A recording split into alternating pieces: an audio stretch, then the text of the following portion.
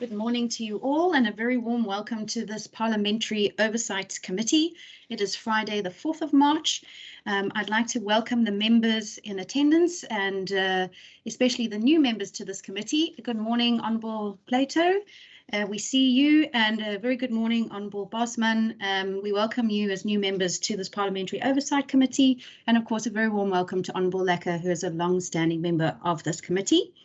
I've not received any apologies, so Honourable Trejo is absent again. That is from the members' side. I would like to extend a very warm welcome to the Speaker, the Deputy Speaker, to the Secretary and all the officials from the Western Cape Provincial Parliament this morning. I wonder if I might hand over to the Speaker in a moment for some introductory remarks. Before we do that, we know the drill. We'll just quickly go through the housekeeping and the rules of engagement for virtual meetings. As usual, everyone is muted at the start of the meeting.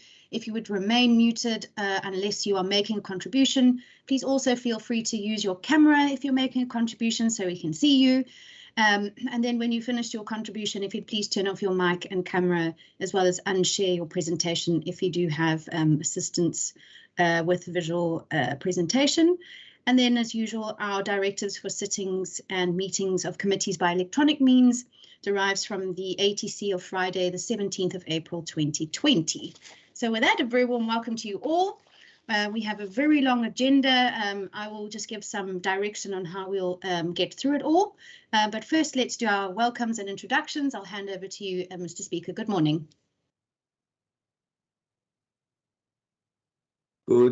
Good morning, Madam Chairperson, and good morning to the members of the committee. I am here with the Deputy Speaker, the Secretary to Parliament, and of course with the senior management team and the whole contingent in terms of the technical responses that may be needed. I just want to say to the honourable members, we're here to report our second and third quarterly performance, as well as the financials and a whole host of other areas where the committee has interest, and we're here to do just that in terms of FAMPLA. Thank you, and I'm looking forward to the meeting. Thank you very much for those words, short and sweet. I'd also like to extend a very warm welcome to our procedural officer, Mr. Dustin Davids, who, as usual, will be very aptly assisting this committee to conduct its business. We also like to welcome any members of the public or the media joining us on the virtual, on the YouTube channel. All right, Mr. Secretary, would you like to make some introductory remarks and introduce the team here present? Oh, you're on mute. Morning, Chairperson. Apologies, problem between the screen and the chair. Thank you. Good morning, Chairperson. Good morning, Speaker, Deputy Speaker, and the honourable members. Chairperson, today we have present all of the directors. So we have the Chief Financial Officer, Ms. Nicole Peterson. We have the Director Institutional Enablement, Mr. Vernon Titus. We have the Director Strategy and Institutional Oversight, Ms. Margot Goldstone. We have the Director PEO, Ms. Sunel Forshia. And we also have the Director Parliamentary Support Services, Mr. Lubabalo Stemele.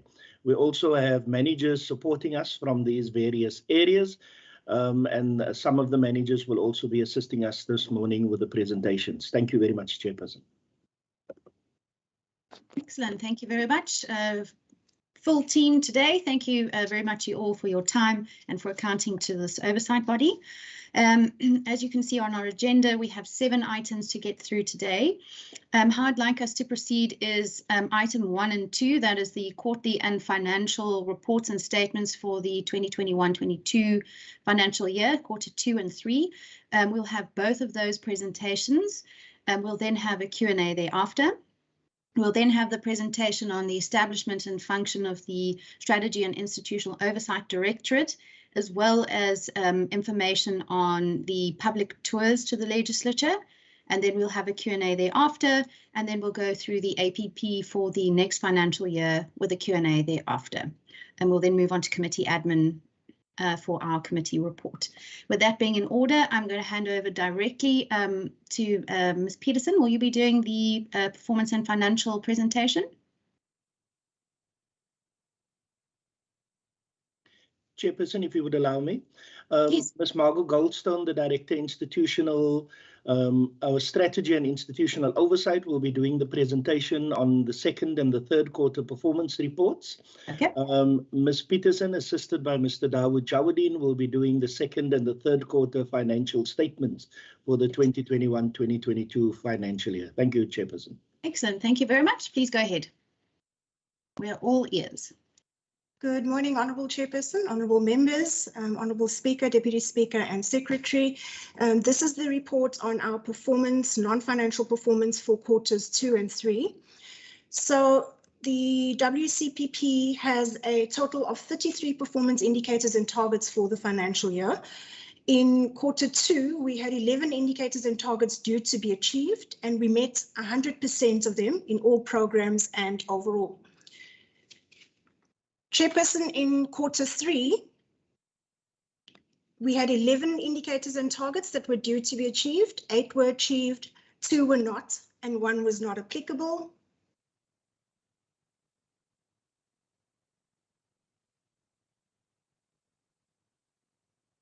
The 2 that were not achieved were in programs 2 and 3. So in program 2, we had planned to convene 1 procedure-related capacity building session for members. In quarter 3, unfortunately, we could not secure members' availability during this time due to their involvement in campaigning for the local government elections, which took place in November. In order to catch up in quarter 3, we then deferred the activity to quarter 4, and in fact, we've already in January hosted a workshop of the Budget Committee on the amendment of money bills. A further workshop on procedural matters will be held as part of the induction of the 2 new members who were recently sworn in. Chairperson, in program 3, public engagement, which was the other area we did not achieve, we could not achieve the target in relation to the rollout of the Tetanati program. Tetanati was officially postponed to the 4th quarter, also due to it coinciding with the local government elections. But we've already caught up with the rollout on the West Coast in February of this year, and there are plans afoot for the Cape Metro rollout now in March. Chairperson, for the rest of the indicators due to be achieved in quarter 3, highlights include the following. So in program 1, under the sub-program on financial management, a report against the financial management improvement plan, as well as an inspection report aimed at identifying control weaknesses were completed as planned for the quarter. In program 2, under the sub-program on plenary and sub-programs on plenary and committee support, the ATCs and committee reports were completed in line with the standard operating procedures, and a capacity building session for committee support staff was held as planned in quarter 3. Under the Hansard Services sub-program, 3 contact sessions were held with the Hansard service provider as part of managing. It doesn't seem that the presentation has caught up with you.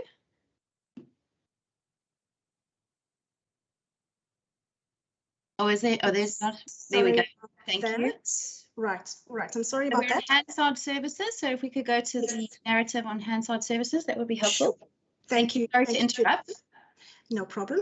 Under the Hansard Services sub-program, 3 contact sessions were held with the Hansard service provider as part of managing the service level agreement.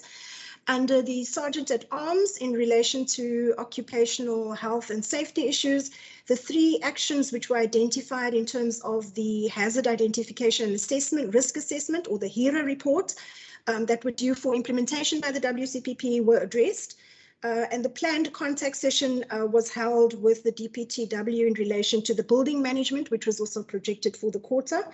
Chairperson, in summary, that concludes the report on our performance for the 2nd and 3rd quarter in terms of the non-financials. Thank you.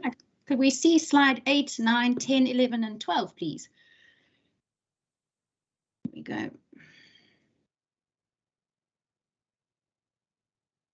Great. Thank you very much. All right. That was short and sweet. Thank you very much. Then let's move on to the next presentation.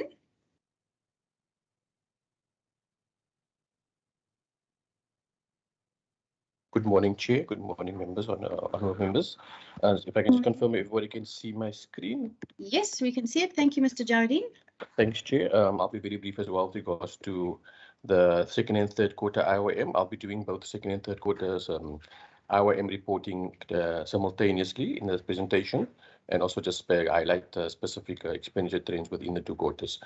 So, Chair, through you, with regards to the second and third quarter IOM, so just a bit of rhetorical information. The second quarter is as at the end of September, and the third quarter is as at the end of December.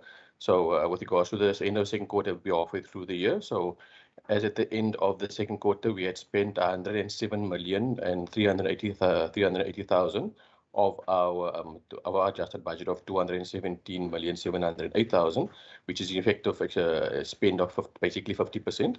As at the end of the third quarter, which is the end of December, of our budget, we spent 155,981,000, which is an effective spend of 71.65%. Just a short summary on the spend per program. For program 1, as at the end of the second quarter, we spent 32,229,000, which is a 43.86% spend. And as at the end of the third quarter, we spent 47,936,000, which is a 64.67% spend on the program 1 adjusted budget. For program 2, as at the end of the second quarter, we spent 10.174 million, or 44.74% of the 22,841 adjusted budget. And then as at the end of December, which is the end of the third quarter, we spent 15.163 million, which is 66.39% of that particular budget for program 2.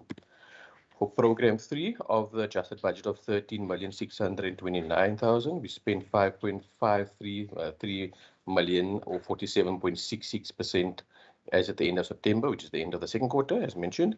And then as at the end of the third quarter, we spent 8.748 million, or 64.19% of the budget for program 3.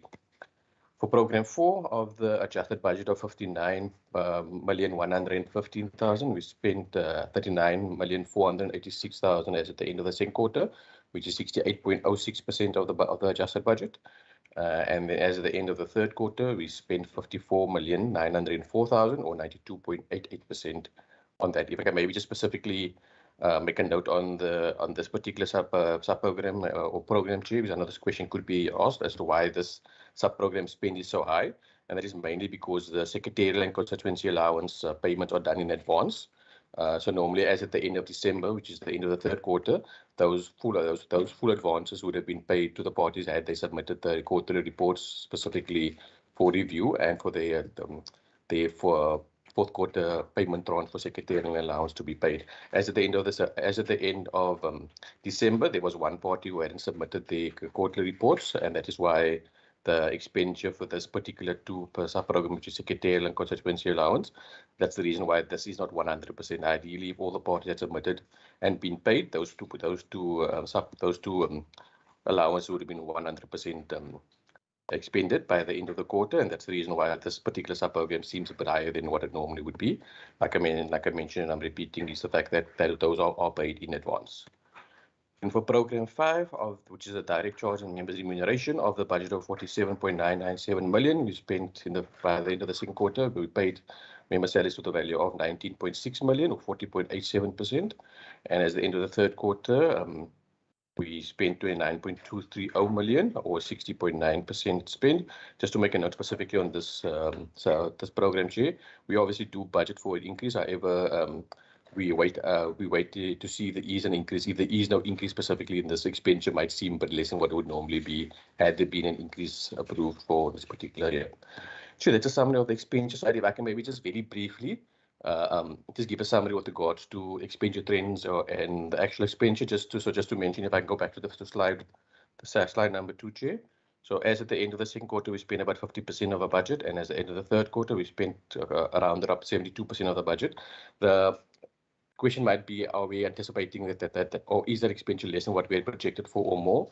Just to specifically mention that there would have been some slow expenditure throughout the second and third quarter because of reasons like there is still high value projects that's still in play that now it was either finalized in the third quarter or there is still high expenditure items that took place and being paid in the fourth quarter, like for example the SOPA, as well as some high value projects specifically to be finalizing in this quarter. So quite a bit of expenditures coming through now in the fourth quarter for us to then specifically, you can call it catch up with our expenditure. And also what contributes to the lower expenditure is the fact that there would have been some savings or underspending based on the fact that the vacant posts had been filled later than anticipated. So that would have been a reason for this lower than what normally would be expended had we had a full complement. Thank you, Chair. And that is basically a brief summary of the second and third quarter IYM and expenditure summaries. Thank you very much. Mr. Adams?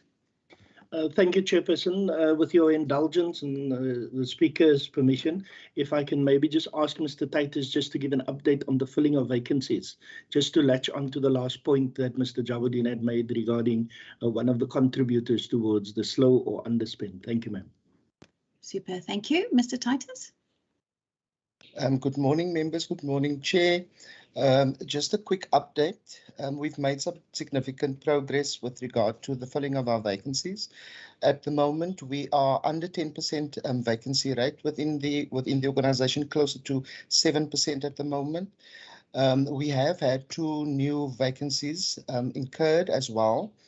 So just with regard to the Office of the Secretary, there we still have the Senior Officer Project Management that is vacant. That particular role has been earmarked to provide support for the SAGE 300 project. So there's been advertisements in that space to have that particular post filled on a temporary basis at this point. In strategy and institutional oversight, there's the office administrator position. The appointment is planned there for May in the new financial year.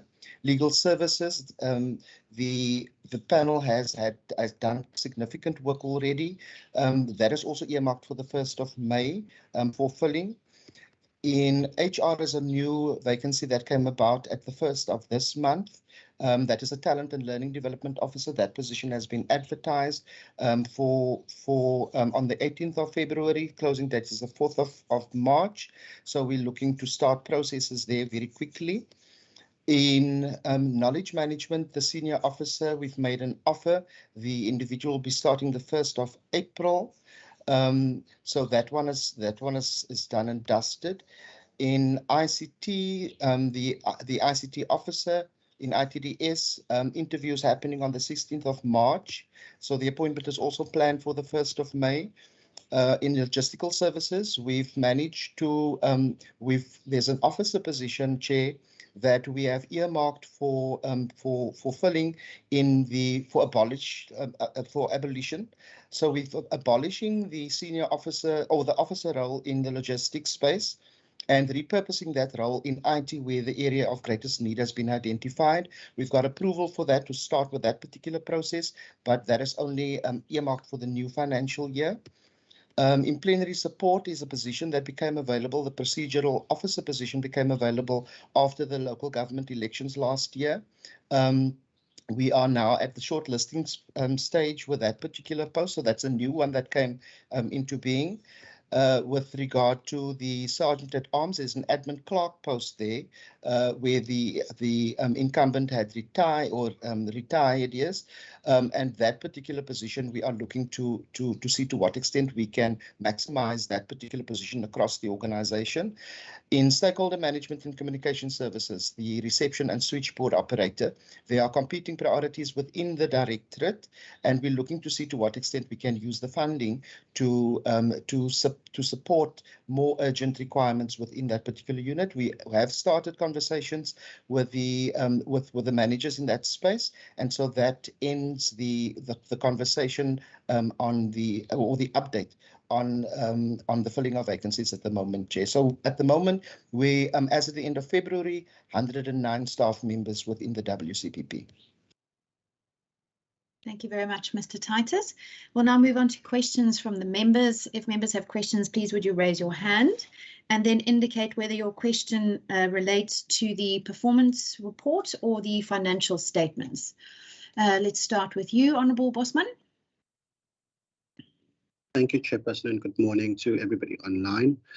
Chair, my question is with the performance review. I just wanted to check, and sorry, my computer is now not playing ball, but I just wanted to check in terms of the capacity building workshop for members, the one that was listed, the budget workshop, was that arranged by Parliament or was it arranged by the committee?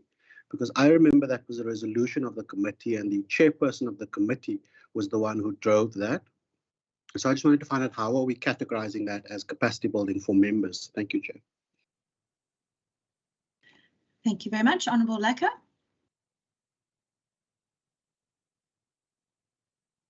Thank you, Chairperson. Good morning, everybody. I've got one or two questions on the presentation by Mr. Dawood and another one by Mr. Titus. Can I go ahead? Yes, please. On both. Thank you. One quick one, Chairperson, on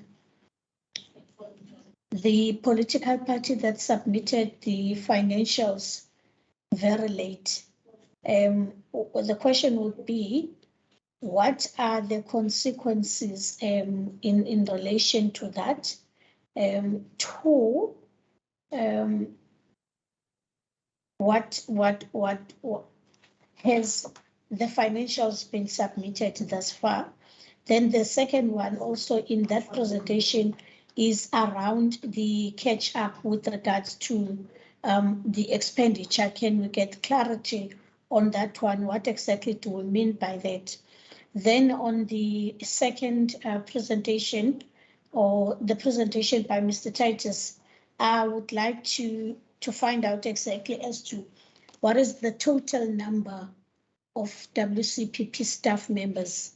I know we've got 109, but that 109, is it inclusive of the current vacancies that have not been filled? So can we just get clarity on that one? And the second one also, Chair, is around the issue of vetting of staff members, because the Secretary will remember that I wrote a letter in relation to the former colleague who was the procedural officer, where there were allegations, there were serious allegations on his part. Now, I would like to check, does Parliament conduct some kind of police clearance when it is intending to hire anybody within the institution? What sort of mechanisms are put in place to ensure that staff members are above board? But also check, key to that, I would want to check in relation to issues of what one would term as a cadre deployment of friends of the DA. What sort of mechanisms are in place to ensure that Parliament is partial and Parliament is apolitical? Can we get some clarity in relation to the kind of recruitment that we do and the systems that we put in place in ensuring that as Parliament, we are not biased to certain political parties, but we remain neutral in terms of hiring people? Thank you, Chair. Right, I also have a few questions. First, on the performance reports, I had a similar question about the budget workshop. I'd like to understand whether that is in fact the capacitation session that was referenced. Then on Teta Nati, I note that the deliverable is a report. I'd like to understand or more information on what the report contains. So a little bit more information on that deliverable. And if I just may make a comment on the Teta Nati, I think it would be helpful if there was a bit better coordination on the dates that are identified for the Teta Nati. So, for example, the next round is precisely during the budget deliberations, which means that members, although they'd love to attend, are hamstrung in that they have to be in committees all day during that very difficult budget cycle. So that's just then a comment which I hope might be helpful for the organisers. Then my last question on the performance report is on the hazards in the Sergeant-at-Arms department. I'd like to understand what sort of hazards have been identified, and then what plans have been put in place to mitigate any potential hazards. And then my final question is on the financial statements. I was very surprised to see that standing committees are only at a 45% spend by the end of the third quarter. As a chairperson, I also attend the chairperson's forum meetings, and in that meeting, the presentation showed that there was going to be a rather significant overspend for committees. But now we see here that it's actually an underspend. So I'd just like to understand why we get such different information regarding the standing committee spend. Thanks very much. I'll then hand over to the Secretary to respond, or to ask colleagues to respond. Thank you. Thank you, Chairperson. Chairperson, on Honourable Bosman's question on the capacity building, the money bills workshop, Mr. Stimele will respond to that. With regards to Honourable Lekker's question, the questions related to finance, Mr. Javadin and the CFO will respond to that. Mr. Titus will respond to the question related to recruitment and employment within the WCPP. And then with regards to the Chairperson's question on Tetanati, Ms. Fushia will respond to that, including the one on the hazards in the Sergeant-at-Arms department, and then the question on the finances related to the standing committee. Mr. Javadin and Ms. Peterson will respond to that, Chairperson. So I hand straight over to Mr. Stimele for the question that Honourable Bosman had posed. Thank you, ma'am. Thank you, Secretary. Good morning, members. Good morning, Chairperson. Chairperson, in their nature, any workshops requested by members, because at times these will not be identified by us as PSS or as plenary, but will be identified as the need by a particular either individual member or committee. And those then become part, because ours is to ensure that we facilitate that they happen. Chairperson, you will remember that in the nature of the work that we do of Parliament, the biggest committee is a plenary. So all those capacity building, at the end, they translate into the effectiveness and the proper mechanisms that are being implemented by members in terms of coming up and producing the constitutionally valid amendments to money bill. So it is how then that has been translated to become capacity building. And also how that has been crafted. It is crafted in the amended erratum as that it is either being asked for, being provided for where the need arises, or being sought for on behalf of the committee, but to a third parties. So also it's not necessary that they will be coming internally. They may be provided by the external service providers, where the need has either been identified or the request has been made. Thank you very much, Chairperson.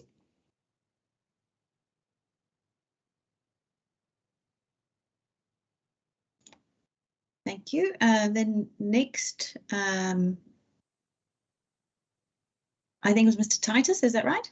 No, it's Mr. Javadin, Chairperson. Oh, Mr. Javadin, thank you. For Honourable Lekker's questions on finance. Thank you. Through you, Chair, if I may. Yes, please. Okay, thanks, Chair. With regards to the two questions of Honourable Lekker, with regards to the political party late payment, what are the consequences specifically for that? For all political parties, we do send reminders if they don't submit their quarter reports as per the members' facilities guide requirements. If parties do not submit, we do send a further reminder, and we send continuous reminders until the reports have been submitted. The consequence specifically for non-submission of reports is the fact that we withhold payment of the allowances. So that particular party would not have received their allowances for the third and fourth quarter until the the report specifically is submitted. So the consequence basically is that they won't have funds to pay the day-to-day requirements with regards to the constituency officers as well as the secretarial allowances until those reports have been submitted. And the second part of the question is, as those reports subsequently been submitted? Yes, they have, Chair. Those reports have been submitted now in the fourth quarter, and I can state that all allowances have been paid to that particular party as well, and all the secretarial and constituency allowances has now been paid 100% to all political parties, even though the one party was very late in submitting those reports for the fourth quarter tranche. Then with regards to the catch-up of expenditure as requested by Honourable Lecker, is the fact that there has been, what I mean specifically on that is there's high value projects that's for expenditure side. So this project that costs quite a bit of value in value terms that is planned and has been finalized or still to be finalized in this fourth quarter from January until March. And if I can maybe just list a few, just to answer Honourable Lekker's question with regards to what they are. The main one specifically is things like the SOPA that took place now in February, and that had quite a bit of expenditure coming through regarding audio-visual, the venue, catering, etc. So that's one example of a high-value item that in rand value that took place in the fourth quarter, as well as ERP support, as well as consulting service, which is planned to be paid. A project is planned to be paid, finalized and paid now in the fourth quarter as well. Detenati payments came through and coming through now in the fourth quarter as well. So CPA subscription fees come through this time of the year as well. There was quite a bit of training that took place and taking place now in the fourth quarter, for which we'll be invoicing and be paying in the fourth quarter. Payments with regards to the stakeholder database also came through and is coming through in the fourth quarter, and then as well as the corporate video specifically, that is projected as well to be coming through now in the fourth quarter. So those, through you, Chair, those are examples of high value projects that we're anticipating to be paid in the fourth quarter, which could, if I can say, push up the expenditure specifically due to the fact that we might be seeing that we're spending less. If we just look at percentages, many people think that as at the end of the third quarter, we just look at percentages. 3/4 of the year means 75%, but that 75% might be less because we are specifically projecting to spend higher value items in the fourth quarter. That's specifically what I mean with regards to these type of expenses that's coming through in the fourth quarter, which could and would push the percentage spend a bit higher, besides the fact of the vacancies which I mentioned earlier. So that's regarding that question. Then, Chair, if I may answer your question regarding the standing committee spend, you are correct, Chair. The spend as at the end of the third quarter is I think we should 45%. Just confirm what I'm saying there. So the spend is at 45% specifically for standing committees. And if I can just mention specifically with regards to that. So that spend is on actual spend. So you are correct, Chair, that that expenditure does seem low. However, we do have monthly IOM meetings, and the unfortunate part of the projected overspend that was mentioned in the chairperson forum that you referred to, Chair, is the fact that that projected overspend is based on projections as received from chairs to the standing committee or the sub-program manager, and that sub-program manager indicates that indicates that there is a possibility of an overexpenditure on standing committee based on all the projections received from the chair.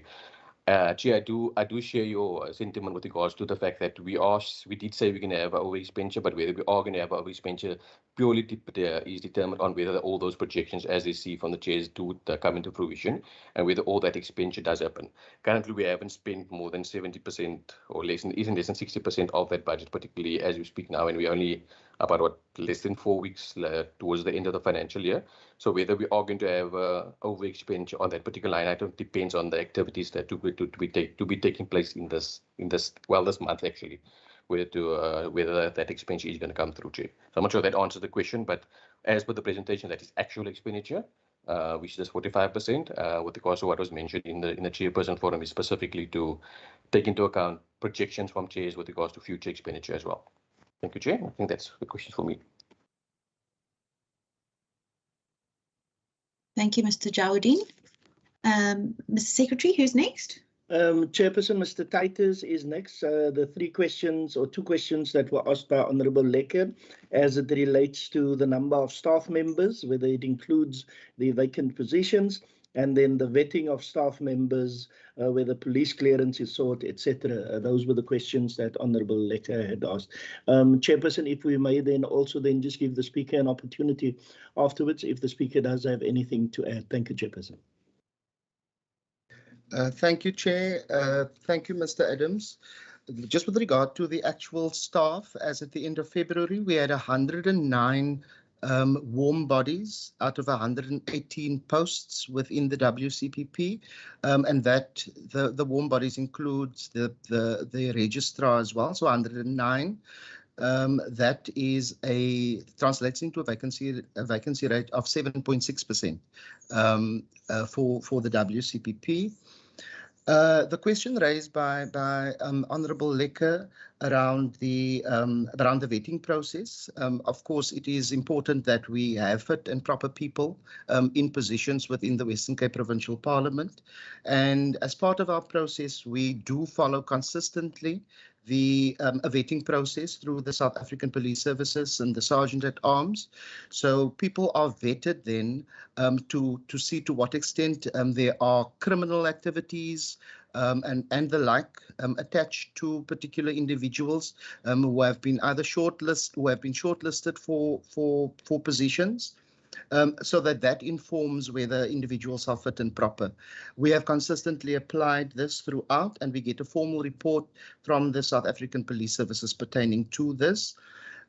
In terms of the process, because we need to ensure that our process for recruitment is consistent and that it is attached to the post requirements, and that the issues of bias are minimized completely throughout the process. And so our questions that we set, Chair, is really looking at competency-based questions, looking to what extent those questions match and responses on the part of those who are being interviewed and those who have been shortlisted, even from the curriculum vitae. We match to see to what extent the curriculum vitae of individuals actually look at the objective post requirements, the post requirements of each position, so that we minimize the bias that comes into play. In terms of the further processes, apart from the vetting and the robust assessments as part of the recruitment process, there are often assignments that are provided to candidates to see whether they are reflecting the kinds of skills, competencies, and experience in the process. Over and above that, I think the important aspect there is for a number of the higher level posts, I think from officer upwards, we also do a competency assessment by an independent service provider who's a psychometrist, and those competency assessments further match the competencies of the individuals as displayed through that independent assessment against the post requirements for the position. And in the process, a selection panel can only make a recommendation. But our delegations within people management or HR identifies where that has to be approved. So apart from the panel decision, there's still failover in my office from my perspective, as well as the office of the secretary, and in certain positions the office of the speaker, who will ask robust questions about the process, and will also look to see to what extent the skill sets of the individuals have been matched against the post requirements. So that is the process that we are following, but I can assure the member that there is a consistent vetting process. Unfortunately, where there's no criminal activity, and where these activities relate to other things in a public space, and it's not been reported to the WCPP, it becomes very difficult for us and for the South African Police Services to, in fact, flag this as an issue. So I just wanted to raise that. Thank you, Chair. Thank you very much. Mr. Speaker, would you like to add on there? Yes, thank you, Madam Chairperson. I thought I need to come in specifically on the question of the probability of what could be misconstrued as deployment or political deployment and interference or lack of, what would be also defined as bias or partiality. I want to say to the committee, Madam Chair, and of course to Honorable Leke in this case. If there's anything that is possible here in this parliament, is that if you come to me because you are a friend of a political party, that is an immediate disqualification. And nobody here, I mean, most of the people, if not all of them that have been recruited in the distant past, neither myself nor the deputy speaker know any of those people. Even the secretary would see these people first time.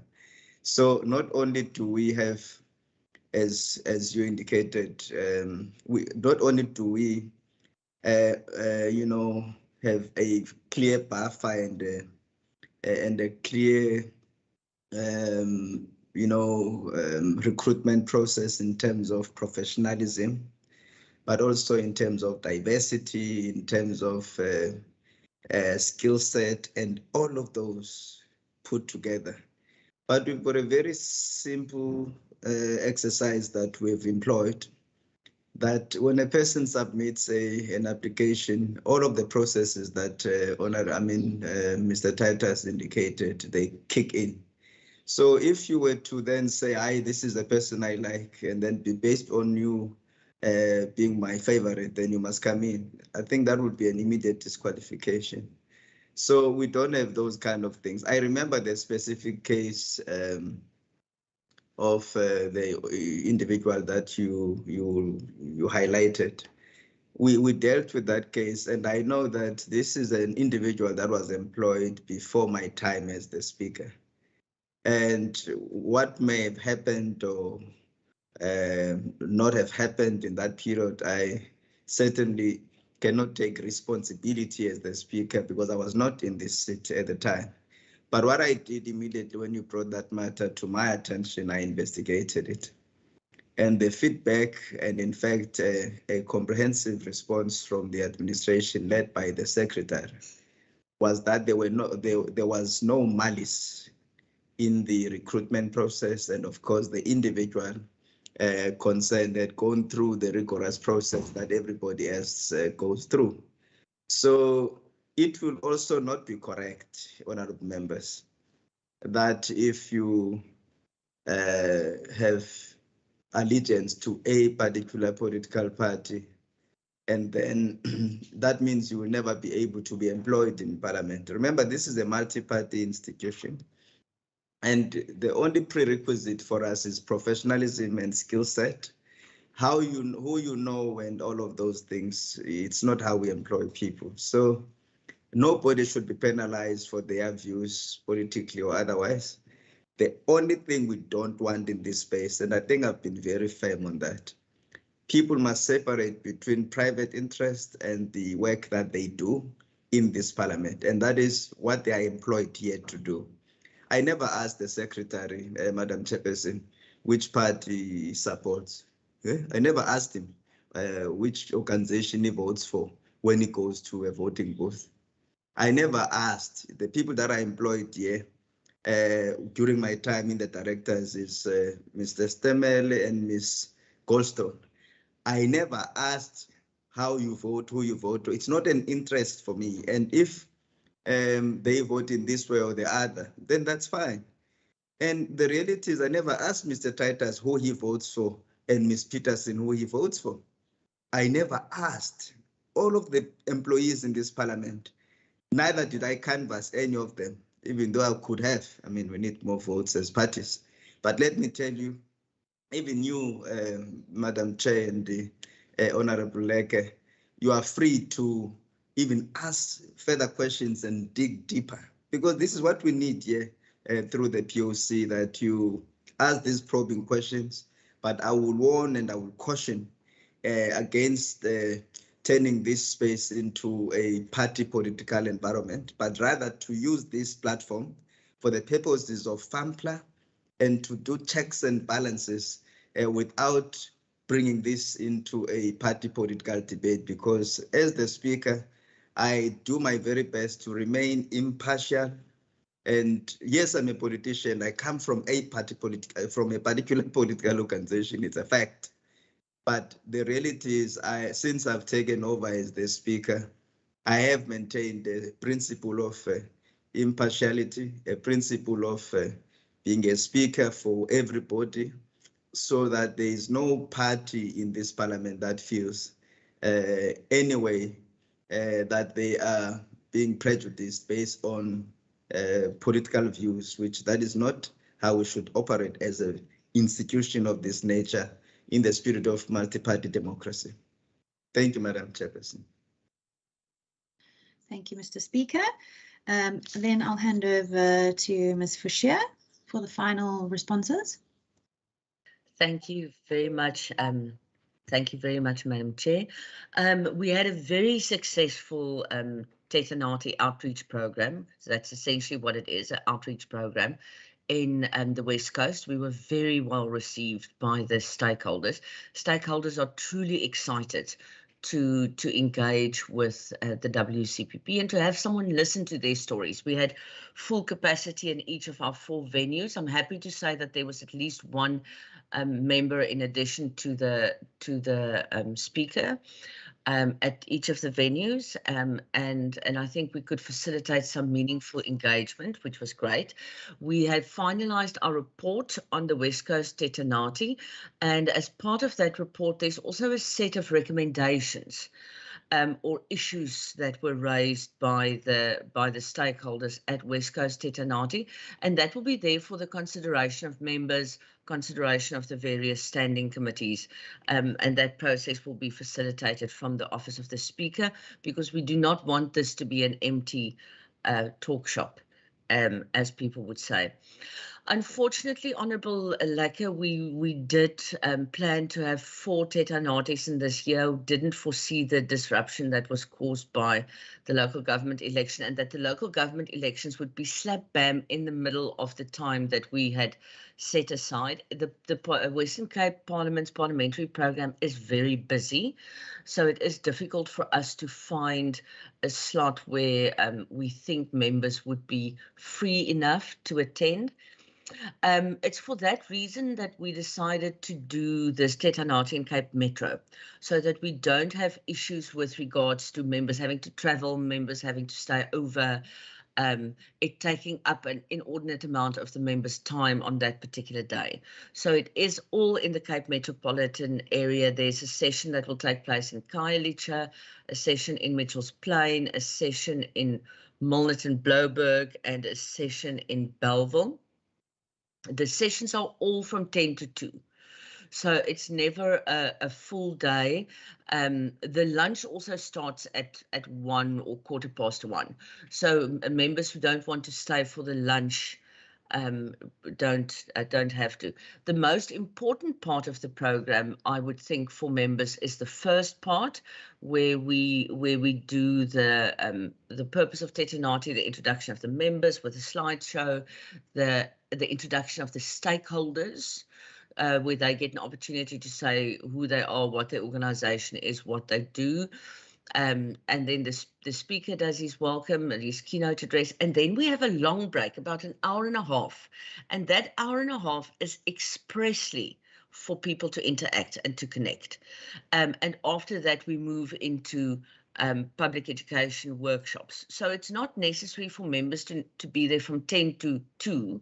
Members can be there from 10 to 12, you know, to make it more easy for the members to attend. With regards to travel and accommodation, I just want to reaffirm that for this financial year we were able to make arrangements so that members' travel and accommodation, if they attend Tetanati, would be paid by WCPP and not from their enabling allowance. But like I said, with the Cape Metro, at least that burden has been lifted off our shoulder. So I know that the budget period is difficult. We have also staggered it a bit so that it's not 1 week fuss. But that's also just to try to get around the parliamentary program. So we're having it the 17th and the 18th, and then again the 22nd and the 23rd.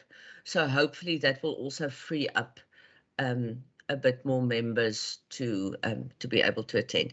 Madam Chair, I hope that sufficiently answers the question. If there's anything else or any follow-ups, I'll be happy to assist. And then if you could just respond to the question on the hazards. Thank you, Madam Chair. We do have a partnership agreement with the Department of Community Safety that assists us with at the physical venue, looking at suitability, occupational health and safety hazards, and we also connect with SAPS at least once a week, and we do have a link with them with crime prevention, where we could beforehand liaise with crime prevention to find out whether there are issues in a particular area, whether we could expect protest action, blockades. I know we have had issues with committee meetings where members were blockaded in, and we don't want situations like that. But we make sure with our partnership agreement with community safety that we also at each and every venue of Tetanati have sufficient safety and security, both for our stakeholders and our members. Thank you. Are there any further responses that are needed? I think that's everything, according to my notes. All right. Yes, Chairperson, we covered everything. Thank you, ma'am. Thank you. All right. Only have a follow-up question, Chair. Yes, I'll get there. Just give me a moment. With those first round of questions responded to, I'm now going to open up for a round of follow-up questions or any new questions. And then once we've done this, we will then move on to the next presentation. So let me recognize you first, Honourable Lecker. Thank you very much, Chairperson. Thank you for the responses that we have received. But just let me make a point that as members of this House, we have a responsibility to ask questions when we see red flags. And when we do such, I'm sure there is no reason why there would be panic attacks and you get some kind of blackmailing statements as a response thereof. If we're honest enough, there's no need for me to get responses that are rather have an indication of a blackmail, because we have a responsibility to ensure that Parliament indeed is operating in an impartial manner. But a new question, Chair, is on the position of logistical services. According to the presentation made here, is that this position of logistical services has been earmarked. Now, for me, when it says it has been earmarked, I'm not sure what that necessarily means in terms of whether it's going to be a position that will be advertised and filled, or was still in a process of establishing that specific position. So I would like to get information as to what it is exactly is meant by such statement. And then the second one, Chair, is on the position of administrator post in the stakeholder management.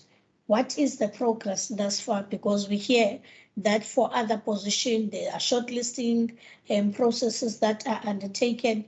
In some instances, a post has been filled, the vacancies have been filled. So I want to know what we mean by that, and the HR vacant post. Can we just get clarity with those? And lastly, is around legal services, where we were told that the panel is sitting. Have we shortlisted people, and out of those, how many applications did we receive, and how much have we shortlisted in that? Is it also on the basis of ensuring that all gender parities are taken into consideration in such? Thank you, Chair. Thank you. Honourable Bosman. Thank you very much, Chairperson. Chair, my follow-up is on the response from Mr. Stemela. I'd just like to know what type of capacity building programs or sessions were planned. So if the target was not met and it was substituted by the capacity building that was organized by the committee, what was the WCPP's plan that couldn't be accommodated due to members' diaries? And then just on Tetanati as well, I think I'm not sure if Ms. Forshire didn't hear the question properly, but it was that there's a sort of persistent clash with what members are doing. So on the dates on the parliamentary program, the 18th, the 19th, and then the 22nd and the 21st, all members will be in committee meetings from about 8:30 until 5 o'clock. So we can't slip out to attend, even if it's in the metro. And then on the venue, I noted, if I remember correctly, I received a note that the Tetanati program will happen at venues outside of the WCPP. Can I ask why is it not happening at the WCPP? And then new questions, Chair, from me. On page 67 of the annual performance plan, the performance indicators for the percentage of year-on-year increase in posts on identified official social media channels.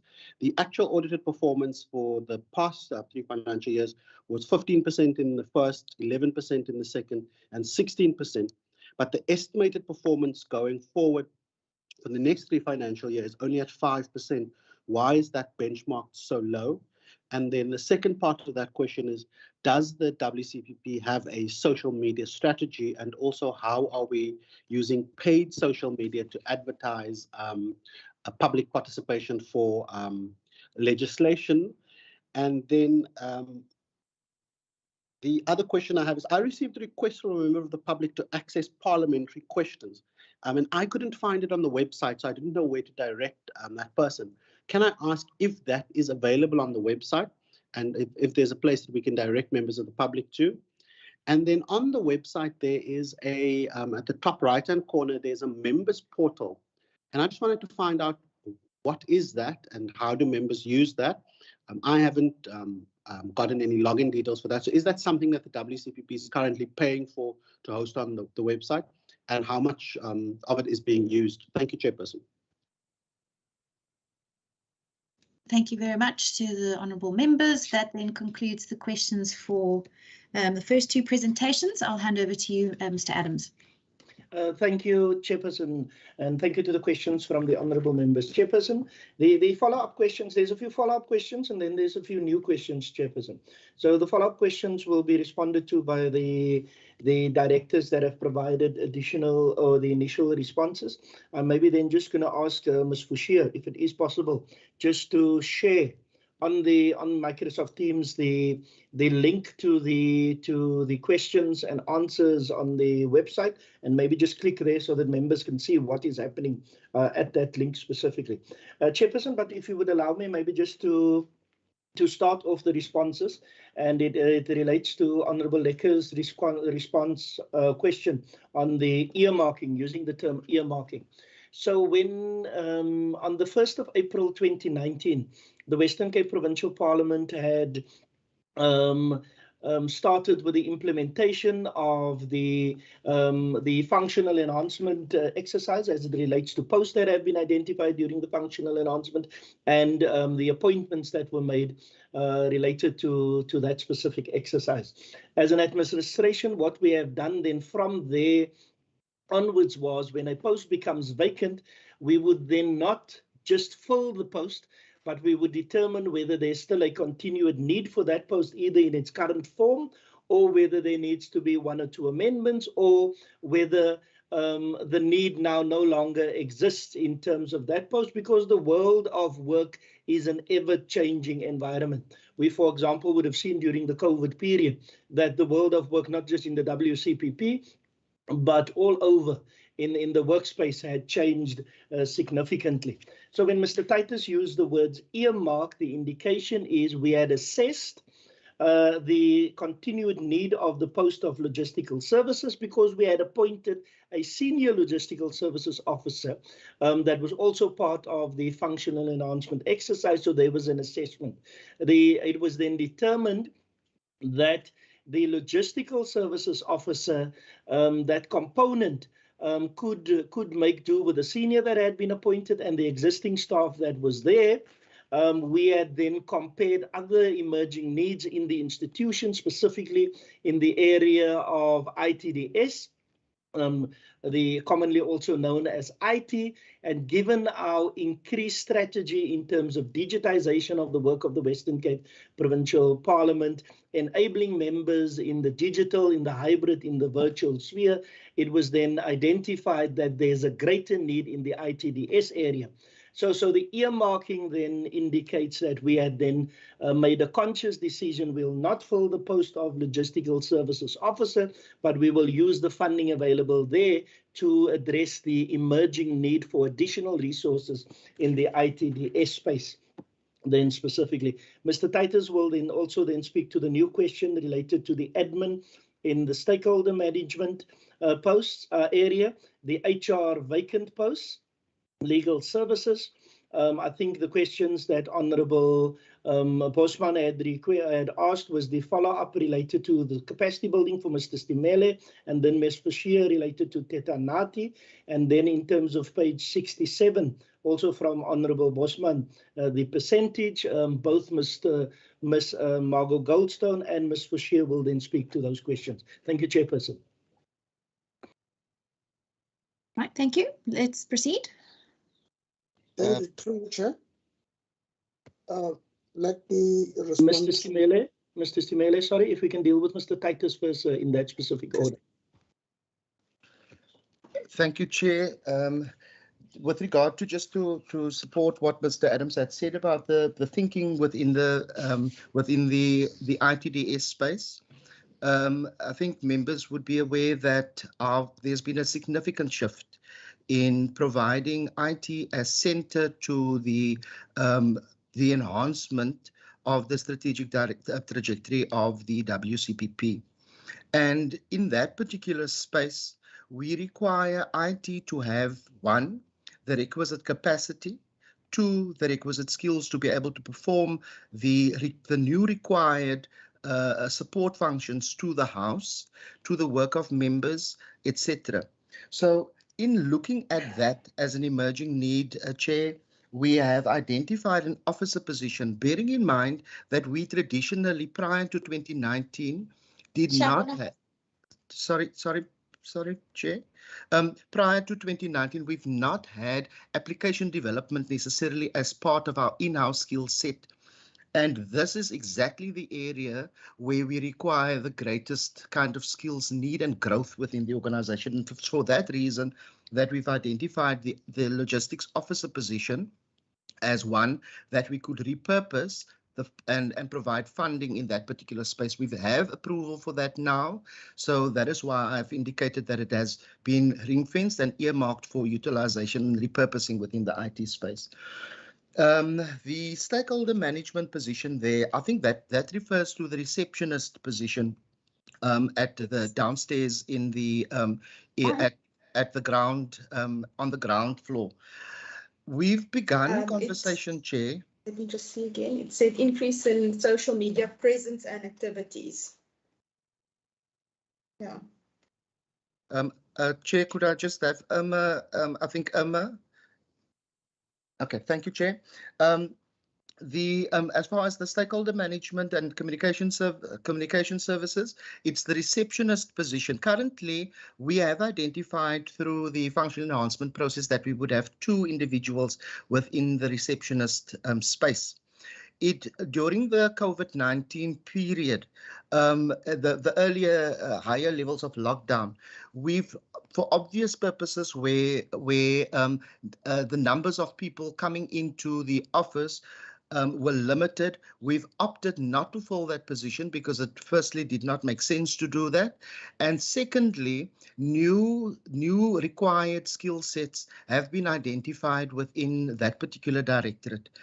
Now, what I've been in terms of the conversations with the line, what we are also realizing is that the service that is being provided at the front desk is not only a service to the Western Cape Provincial Parliament, but in fact a service to the entire building for which the WCPP is paying for.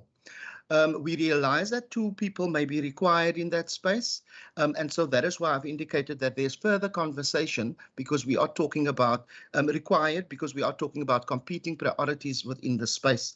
Earlier on, I think Member Bosman spoke about the social media aspects, and that is a particular need that we need to be investing in and be looking at from a skills perspective. And so that is why there's still conversation around that particular position as receptionist on the ground floor, and the fact that the service is a service to the entire building of all of the tenants. And we need to be having different kinds of conversations with the other tenants within the building as well, and they fail over in that particular space. So I've dealt with the stakeholder management receptionist position and the logistical post chair. As far as the legal services position is concerned, there is a meeting being scheduled for Monday. The team, the panel is still busy with the shortlisting process. So they've looked at all of the CVs that have been sent. There's been requests for follow-up by the panel on some of the information that candidates may not have provided, and so there was a follow-up. Especially when it comes to demographic details that was requested, and that has now been sorted, and so that particular process will continue in earnest now for the shortlisting to be concluded, and from shortlisting we will then ensue with the issue of approvals and then interviews. But as I said earlier, Chair, that particular post is earmarked for filling on the 1st of May. The human resources talent management position is one that is new. The incumbent had resigned at the end of February, gave notice at the end of January, and had tendered the resignation at the end of February. The incumbent has received an offer outside of the Western Cape Provincial Parliament, a management position, which in effect also means that it is a promotion position for the person in their individual capacity. And so that incumbent had then left the organization as from the 1st of March. And as I've indicated previously, the position has now been advertised, and we are looking to fill that position again. I hope that covers everything, Chair. Thank you. Then the next responses. Mr. Stimele, the follow-up, and then Ms. Fouchier related to Tetanati, Chairperson. Thank you. Thank you, Secretary, through you, Chair. Chair, we had planned initially to have the one on rules, that is the capacity building, on the newly amended rules. However, it became apparent that the newly amended rules that we still have, some of them, mostly, that we have already gone through the subcommittee on rules, there are few. So we had still a lot of bunch that still needs to go to that subcommittee for the approval. Came the request from the budget committee, came the request from SCOPA, and also now with through induction also with APEC, and we also had an engagement with the AG on the masterclass. But both the SCOPA and the AG masterclass one, because we are dependent mostly on the AG to provide that what they call it's audit 101 or pre-audit 101 for members, so that they can be able to understand the financial statements, how to interpret them, and also what will be the obligations of SCOPA in terms of the legislation and the Audit Act, how they work together. So based on that, these came through as urgent request, then we had to shift those. But if also AG will come, we'll be able to say, okay, fine, we do have a space within the program, then we can be able to fix them as and when Chief Whip allows us within the program to do that. Thank you, Chair. And I think also Honorable Bosman asked about parliamentary questions and answers. Honorable Bosman, yes, there are questions and answers within our website. You are able to, they are searchable through website. It's such that now I'm not sure of the space, but I can arrange for either one of the person from IT to help to assist you, to show you where to go so that you can find the questions and answers and how to search for any question, either by topic or by the member that has asked the question. Thank you. Thank you, Ms. Bashir. Thank you very much, Honourable Chair. I'm going to use this opportunity to, like the Secretary asked, quickly just share my screen to maybe assist Honourable Bosman and the other members. Let me just get to WCPP. Can everyone see my screen? Yes, we can. Okay, so honourable members, this is the website of WCPP at the home page. If you move your cursor to House at Work and you drag it down to questions and replies. So it's home page, House at Work, question and replies. If you click on question and replies, there you go. Like Mr. Stemelo said, you can search here by date, by questions, all the details, and here down we have a list as well. These are the 2022 ones as far as we have it now, but like Mr. Stemele indicated, you can search for it now. So I'm just going to run through it again. So House at Work, questions and replies. If you click there, then the resources are there at your disposal. Would that help, Honourable Chair? Thank you very much. Very clear on where to find them. Thank you. Thank you. Thank you. Then the follow-up question from Mr. Bosman with regards to Teta Nati. I am aware that it is a busy time on the program of WCPP. Regrettably, we find that there are not many times that's not busy on the program of the WCPP. So I know that the budget process is difficult, but in other quarters we have similar situations. So as far as what is humanly possible for us, we try to do it in constituency periods or on days where the program is as quiet as is possible, but it is not always possible for us, unfortunately, to do so. With regards to Teta Nati at WCPP, that is actually something that the Teta Nati task team had discussed, but we're not sure yet at this point in time with the COVID regulations about bringing people into the building. In our building, the problem is not so much the venue. We could possibly use the members' dining room. We could possibly use the auditorium, not that we want such a classroom type setting for Teta Nati. But we can only have 3 people in an elevator. We cannot have 10 people in the stairwells.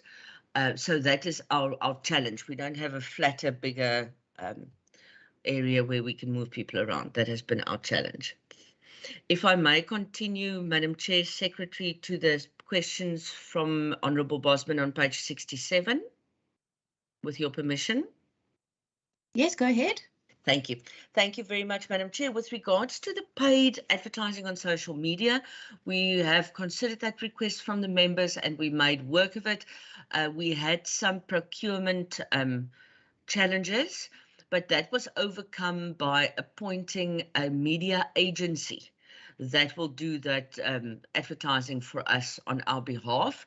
We have made provision for that in the budget for next year, and we've almost done with the procurement process. We are ready to sign a service level agreement, and we would commence with that service at the beginning of the next financial year. So we have been able to sort that out, and it will be available anon.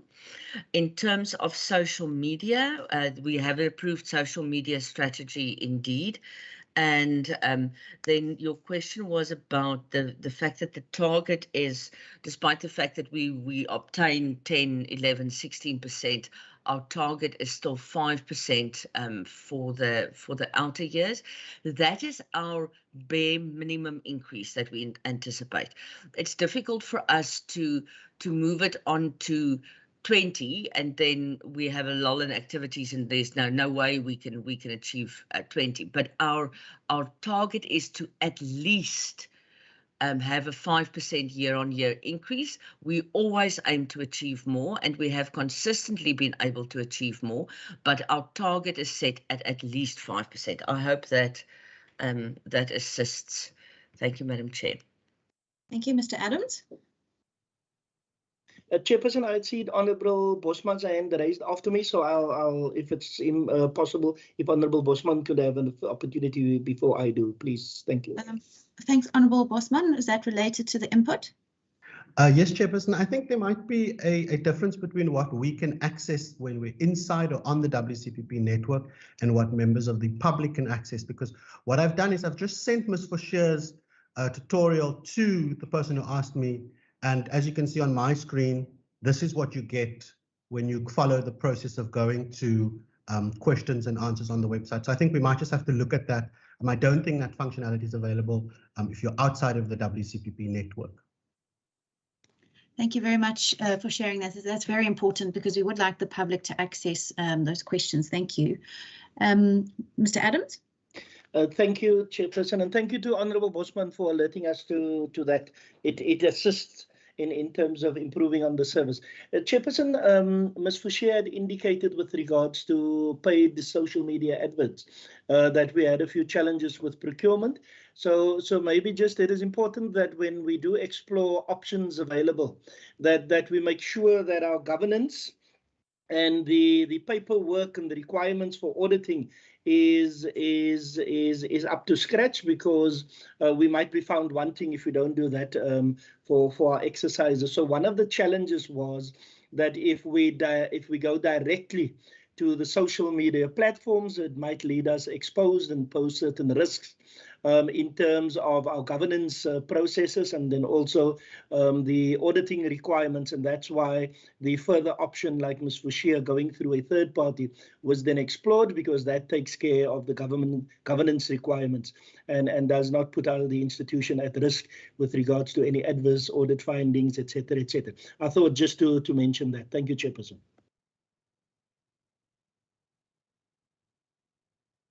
Thank you very much. All right, we're going to have to move on. I just wanted to make two comments. The first is on the Teta Nati, and this is to try and be helpful. I also chair the programming authority, so I get the dates for Teta Nati and I'm asked to program them. However, we would be very willing as the programming authority to assist. If Teta Nati would have some flexibility, then we would be able to provide dates where there are fewer or no clashes with current parliamentary program matters, in which case we'd be very happy to try and accommodate dates where the most number of members could participate. Then my second comment is on the rules capacitation. I really find it quite distressing that it's a year now since the new rules were adopted and there has not been a single training intervention on what those new rules are. By now, it's too late because we've already figured it out and what it means, and it was left to the individual committee chairs or the procedural officers to assist members in what the practical implementation of those rule changes meant. But we've already got that now, and I myself wrote a memo to all the parties on how the motions work, when it would have actually been really nice to have a training session for all members on what those rule changes meant, practically speaking, for parties. But I do know that there are some rule changes that do need to happen that will eventually go to the Rules Committee. But could we then please have an undertaking that when our rules are amended, that immediately after there is a training for all members so that they fully understand the implications of those changes in a practical way and what that means once the House has adopted them. Because I think a year later is now, it's no longer relevant to do. All right, let's move on. Item number 3, the establishment and function of the Strategy and Institutional Oversight Directorate and the WCPP Public Tours. We will get information on those two together. Thank you very much. I'll hand over to the institution. Thank you, Chairperson. Ms. Goldstone will attend to that one, and then Ms. Forshire, the next one on the public tours. Thank you. Honourable Chairperson, members, so this presentation responds to the request from the committee for a briefing on the establishment and on the functions of the new Directorate for Strategy and Institutional Oversight. So the presentation will deal with both aspects. With regard to the Directorate's establishment, the committee has referred to a bit of background. There was a functional enhancement project which was commissioned by to PwC by the WCPP during the 5th Parliament. The project included a situational analysis, which included research and benchmarks of legislatures locally and internationally. Sorry, just go back. in relation to what it means functionally and structurally to be a modern parliament. As an outcome of this project, PwC then proposed several options, and we adopted the so-called digital customer-centric structure, which amongst other changes that were proposed also a separate section dedicated to strategy and institutional oversight. So this then sought to address some of the strategic and structural challenges that were identified through the work undertaken by PwC. Structurally, they raised issues around the broad organizational challenges around the grouping of functions in the organization, which they viewed as inhibiting effective execution of the mandate. But then from a strategy point of view, in terms of strategy formulation and execution, they identified a number of key challenges, which included one, that the strategy was not consistently understood in the organization or bought into by all staff, that there was a view of the strategy among staff as being quite static, that the strategy development process seemed to be routine and there was very little innovation, that some of the performance indicators only measured compliance rather than efficiency and impact, and also that there was a lack of oversight in terms of organizational policies as well as monitoring and evaluation. The PwC report then further contended that the post of the Deputy Secretary, which managed some of the strategy functions at the time, did not fit the strategic trajectory of the WCPP. However, it had been agreed with the unions that no staff would be retrenched or demoted, regardless of the outcome of the PwC study. It was then agreed that the post of Deputy Secretary would retain its functions, status, and remuneration package, even as the new structure was implemented, until the incumbent exited the post and it became available for realignment. But sadly, the Deputy Secretary then passed away. This slide clearly shows the distinction in the purpose of the office of the Deputy Secretary compared to that of the Directorate of Strategy and Institutional Oversight. In terms of the purpose of the Office of the Deputy Secretary, you would see that it is focused on coordination of parliamentary procedures, the provision of some strategic and institutional support, as well as deputizing for the Secretary, whereas the Directorate for Strategy and Institutional Oversight is expected to elevate organizational strategy formulation and execution, as well as monitor that implementation. It also includes risk and project management as an integral part of the overall effective management of strategy in the institution. So the Directorate currently operates with 4 staff members. There's the Director, as well as a senior officer and an officer responsible for strategy and organizational performance on the one hand, as well as a senior officer for enterprise risk management and governance. There's also one administrator post, which is still in the process of being recruited. And the next few slides capture the functions of the Directorate, which includes strategy, innovation, organizational performance, service delivery improvement, project and program management, monitoring and evaluation, enterprise risk management, governance and policy coordination, as well as the promotion of legislative sector relations. Chairperson, that in sum is the briefing on the establishment and the functions of the new Directorate. Thank you. Thank you very much. Mr. Adams, would you like to add? Yes, thank you, Chairperson. Chairperson, so the process then, what had happened was the new job profile for the head of the component strategy and institutional oversight was then finalized based on the functional enhancement exercise. And the last few slides that Ms. Goldstone had presented to us here, that job profile was then sent for a grading process. The grade of the Director's strategy and institutional oversight was then determined as one lower than the position that was and the remuneration that was held by the former late Deputy Secretary. And that is how that position was then formalized and the functions and the component was then formalized. Thank you, Chairperson.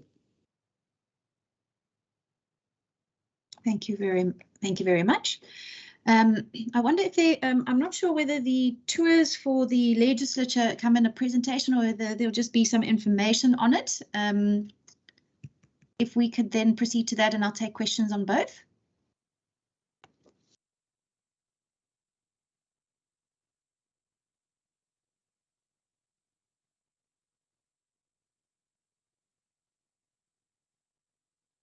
Thank you, Madam Chair. Can everyone see my screen? Yes. Thank you very much. Ma'am, this is just the information that we put together. Can everyone see it? Must I make it a little bit bigger? Yes, please. That would be helpful. Okay.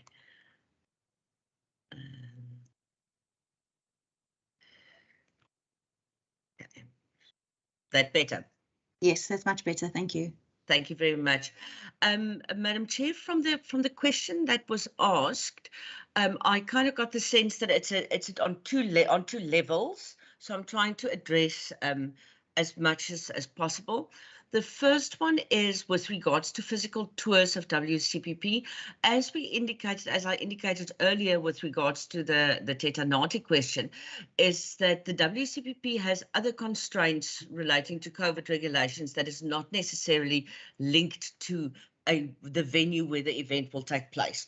So that's one of the reasons why at this point we are not yet having tours, although we are getting quite a number of requests for them. So the tour participants, and this is specifically the tours of the building, we do not solicit people to come for tours. We are contacted by people with a request for tours. Often it is members of their constituency, but very often it's schools, interest groups, people who are doing a study tour or something like that.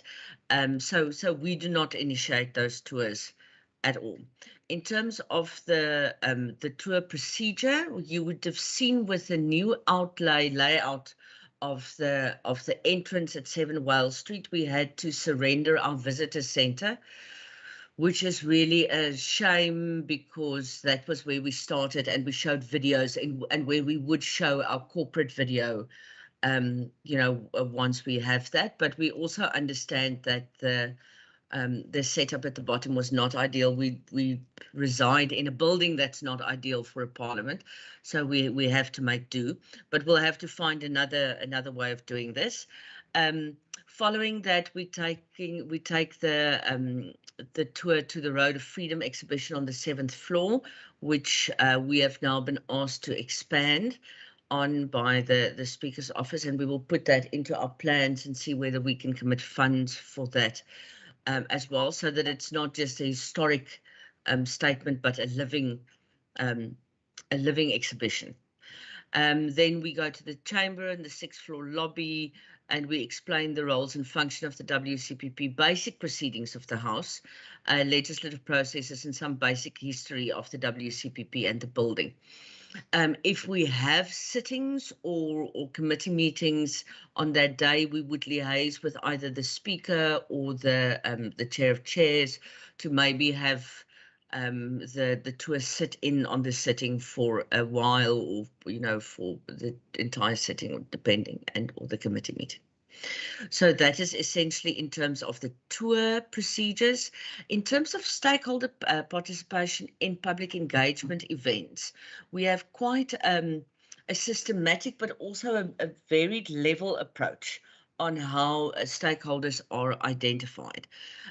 First of all, and this is events where we invite people. Not like SOPA, which is an official gathering where we have a list of the consular corps, etc., that we have to invite. We're talking about sectoral parliaments like women's parliaments, youth parliaments, parliament for people with disabilities, etc. Your outreach programs like Teta Natis, as well as PEO workshops. So we consider fair representation of urban, rural, gender, population group, and age, amongst others. We also consider representation of various community stakeholders areas, and we strive to include as diverse groups as possible. So these include, but please, it's not limited to, LGBTQI+, agriculture sector, the business sector, youth, women, safety, community policing, fora, etc.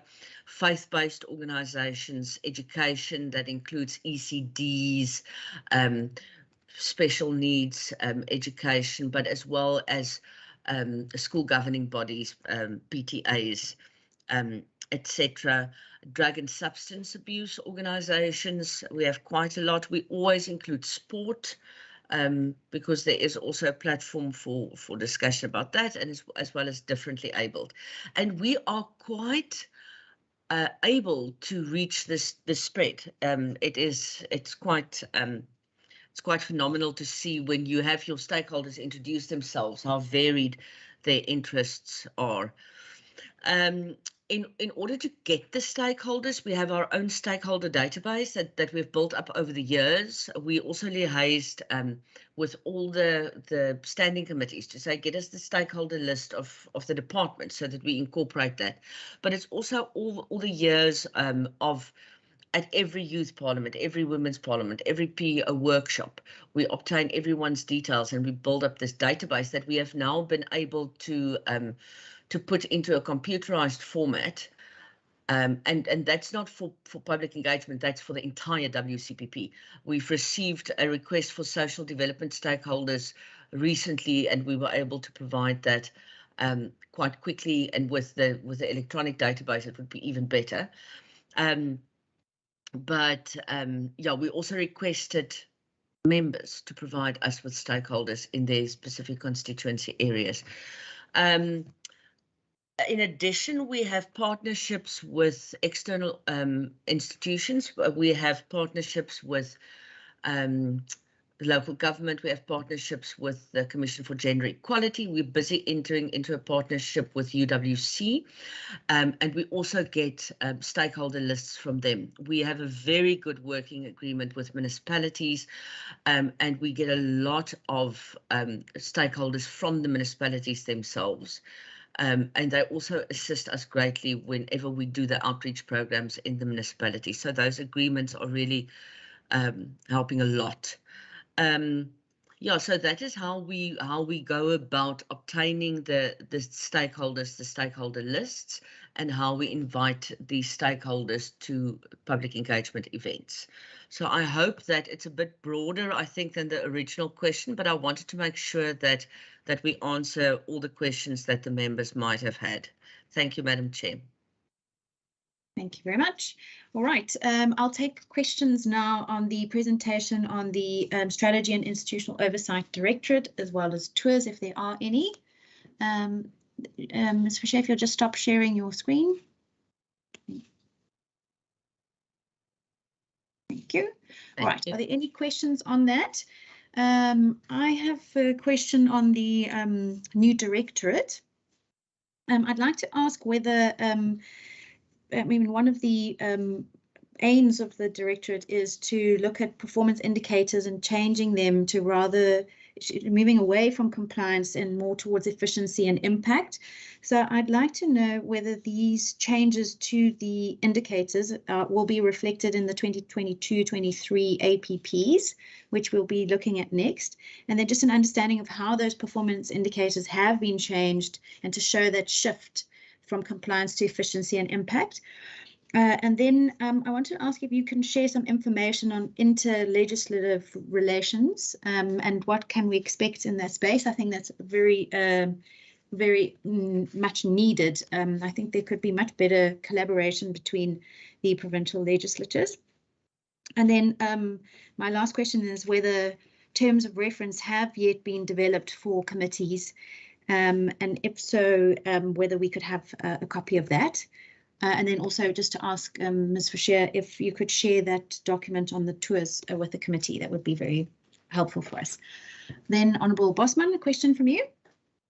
Thanks, Chairperson. Chair, I just wanted to find out, is the stakeholder management database a computer program that's going to be procured, or is it just going to be an Excel spreadsheet that is uploaded onto a SharePoint site for WCPP internal stakeholders to access? Thanks, Chair. Thank you very much. All right, over to you, Mr. Adams. Thank you, Ma'am. Ms. Goldstone will respond to the questions that Chief Whip Chairperson had asked, and Ms. Fouchier to the one from Honourable Bosman. Thank you. Thank you, Secretary. Honourable Winger's question regarding whether the new directorate is looking at moving performance information away from compliance to efficiency and impact. We've had, since I've arrived, we've had ongoing engagements about the technical quality of the indicators, and particularly around this question of to what extent can we better reflect the business of Parliament and better reflect on the real service delivery issues that are pertinent in terms of measuring the overall performance of Parliament. I must say that and it is covered in the APP presentation, Honourable Winger, but maybe just to give an indication at this stage, we have done some refinements.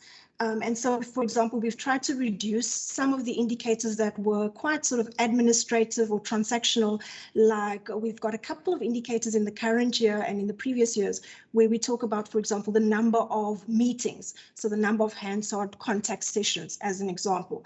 And we've tried to scale down on those as a kind of first phase of progressing towards more impactful indicators, but you won't see the full expression in the current APP.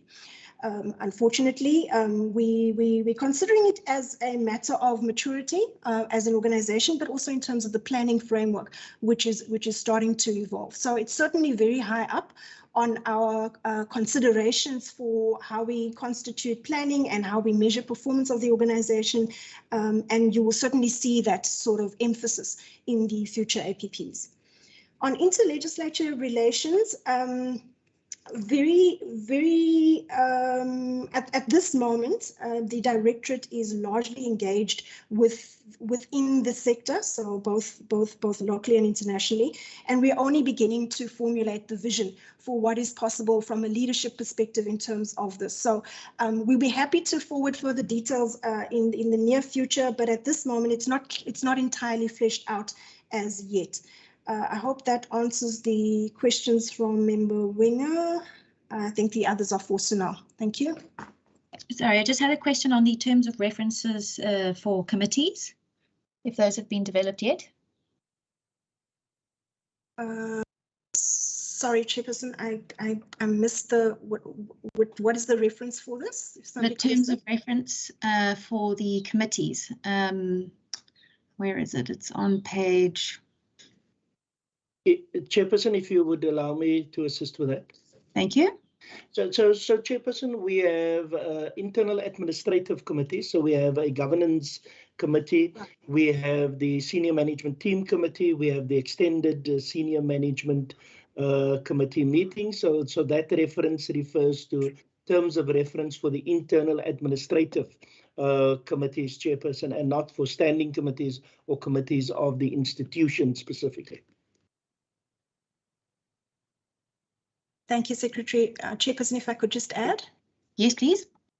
So yes, sorry, I missed the reference to the internal committees. It certainly is. And what we've started to do as part of strengthening the overall governance in the institution is to review the governance framework. And part of that review will include a review of the constitution of the, well, obviously reviewing the framework itself, which will then speak to the constitution of the various committees. So who sits on those committees?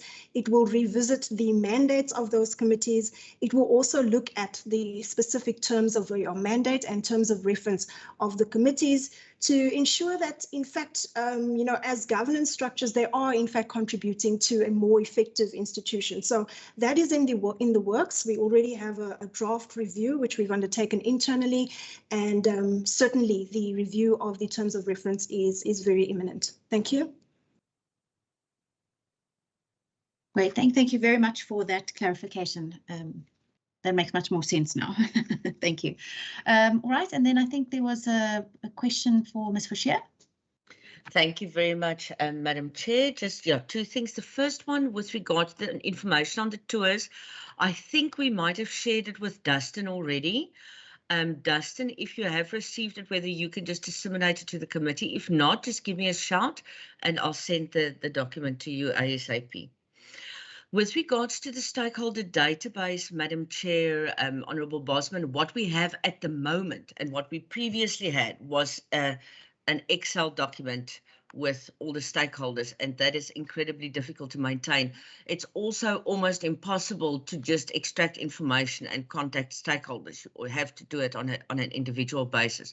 So what we did is we appointed a service provider, a company that builds stakeholder databases, amongst others, for a living, and they built a computer system. So it's a computerized stakeholder database where we can register and populate fields, and we can draw reports, and we can do cross sections and cross indexing, and we can also do bulk SMSs or bulk emails, so that if we want to alert, say it is a bill on education, then we can just, you know, search for everyone that has an interest in education and just send a bulk SMS. So it will make the work of committees, the work of public engagement, the work of the WCPP a lot easier. We are in the final stages. We have entered into a service level agreement with MTN for the bulk SMS services.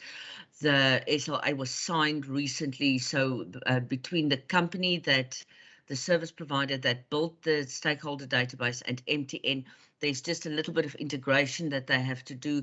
We hope to test the well, I keep on wanting to say SMT, the SMS functionality in this week, hopefully, and we will sign off and do the last payment for, it's one of the big spend items that Darwood was talking about, the final payment for the system, which will then be operational before the 1st of April 2022. So we're very happy about that. It's one of our big performance targets that we have set for ourselves, and I'm very happy that we have gotten thus far. Thank you. The spreadsheet that we sent the last time is still from the old Excel system that we have. In future, that will be new and improved.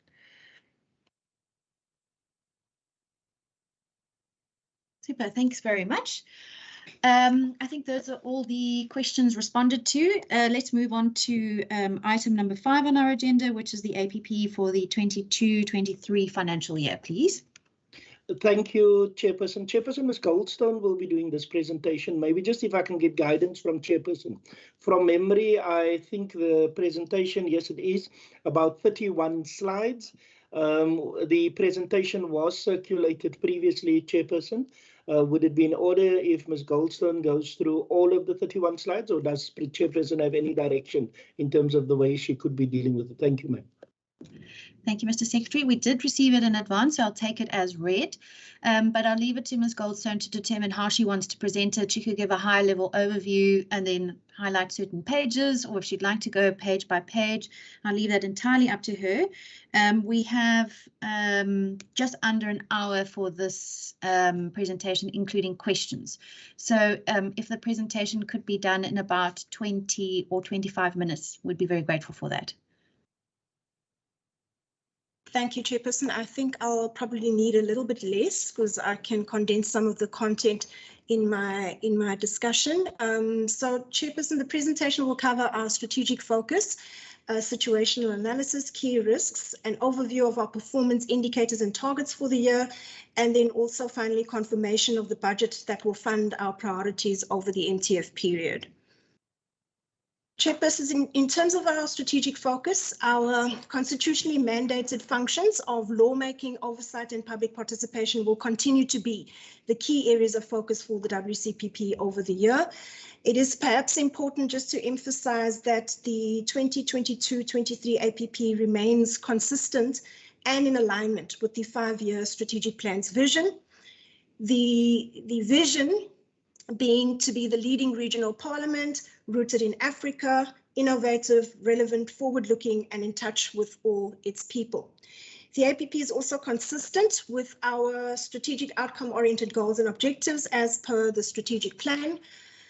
in terms of the situational analysis. The situational analysis basically describes the context and key factors impacting on the WCPP. Just by way of background, in the first couple of bullets, we indicate that the WCPP senior management team has held a strategic session with the executive in August of last year, which also coincided with the midterm of the 6th Parliament. The focus was on reviewing our performance in relation to objectives we had set out in the 5-year strategic plan, but also to analyze those factors that were impacting on our performance as an institution, as well as to identify key risks.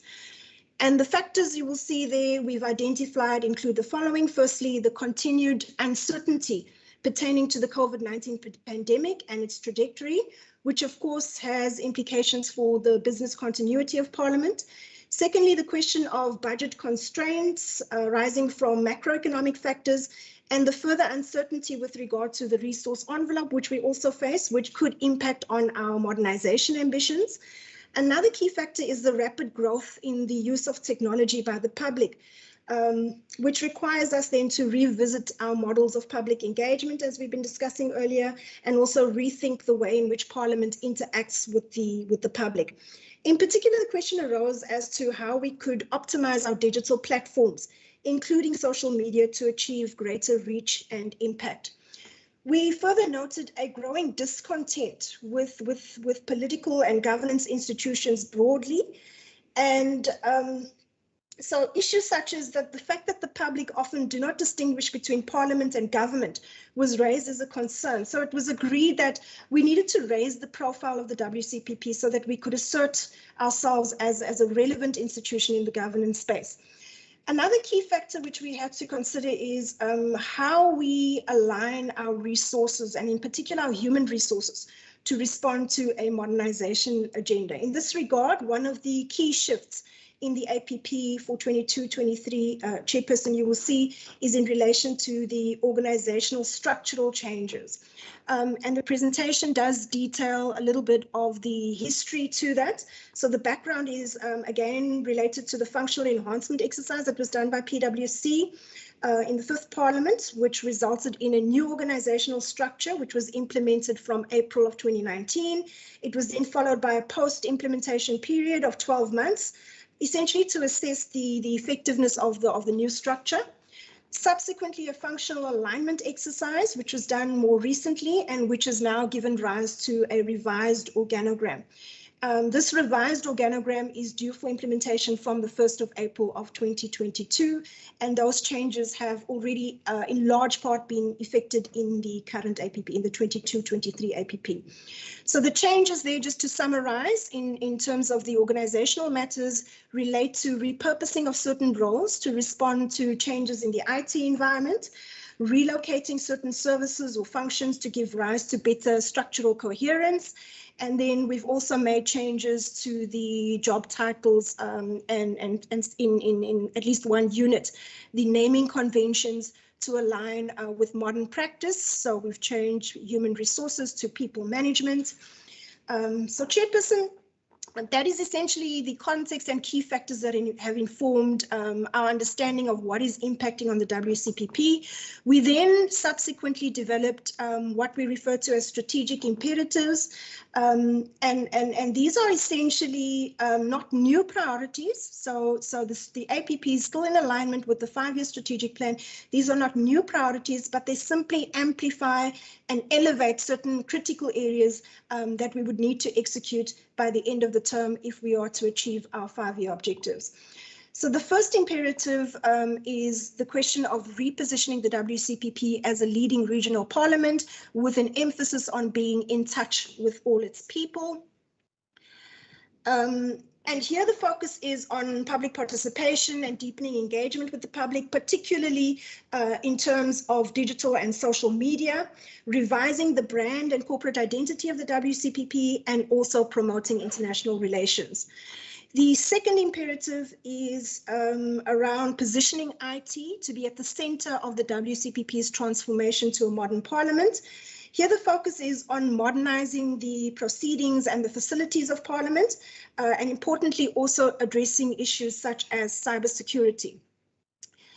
The third imperative is on strengthening the lawmaking and oversight functions in line with our mandate. Here we're looking at appropriate funding and capacitation for committees, which are the engine room, to name just one major priority there. We then went on to consider some of the key risks, and you will see in my screen is very sensitive today.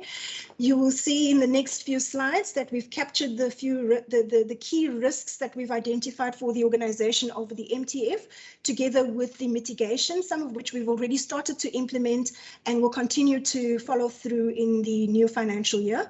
So in 22-23, we are amplifying those risks pertaining to, firstly, the budget envelope.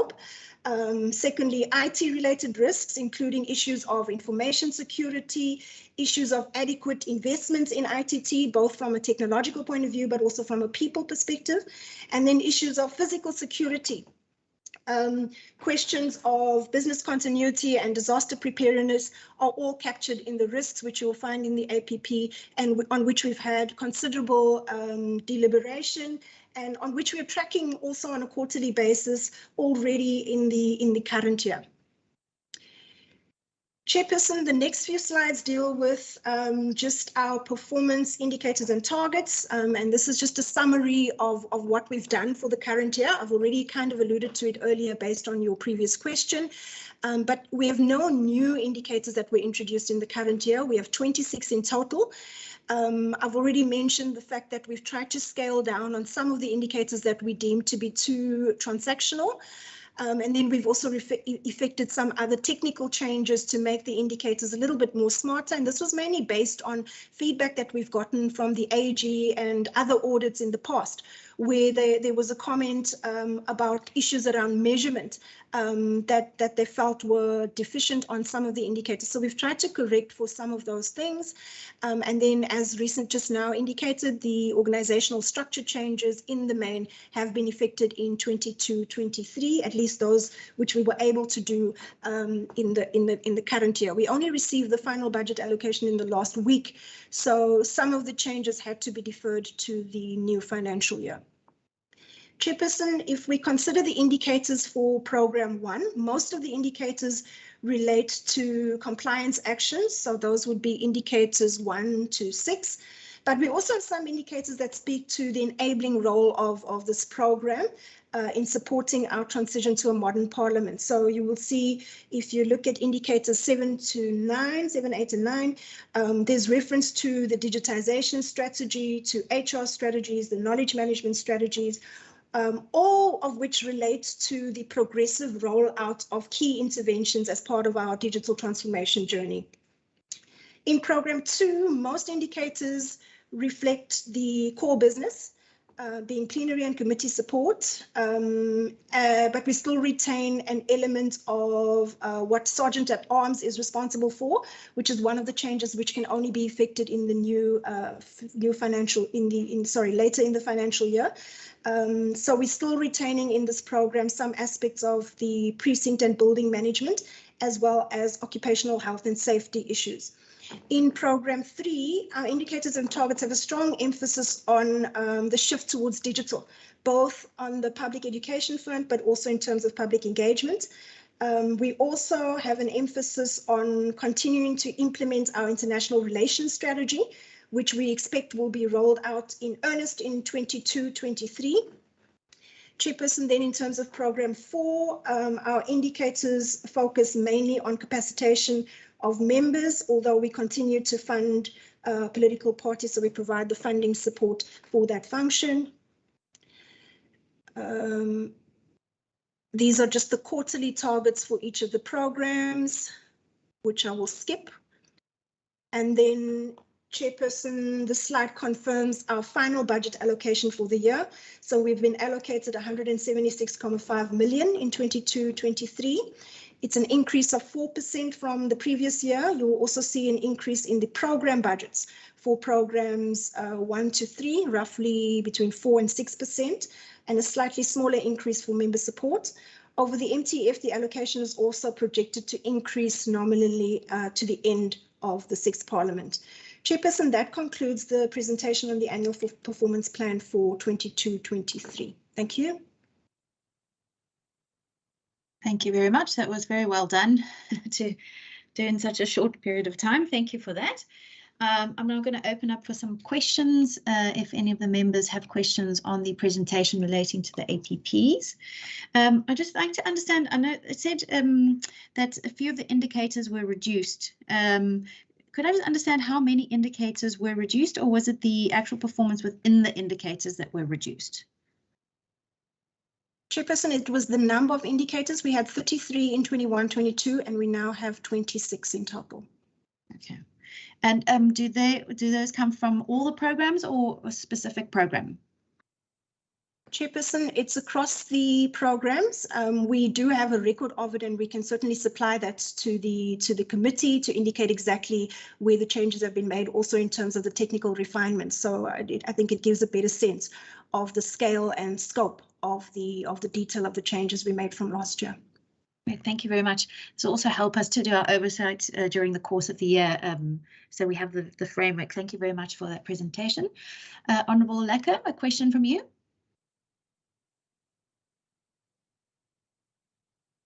Thank you, Chair. Exactly on what you have just raised, Chair, I would like to know why or where were those reduced? Number two, if you can allow me to go on to, I think it's slide 8 on the situational analysis.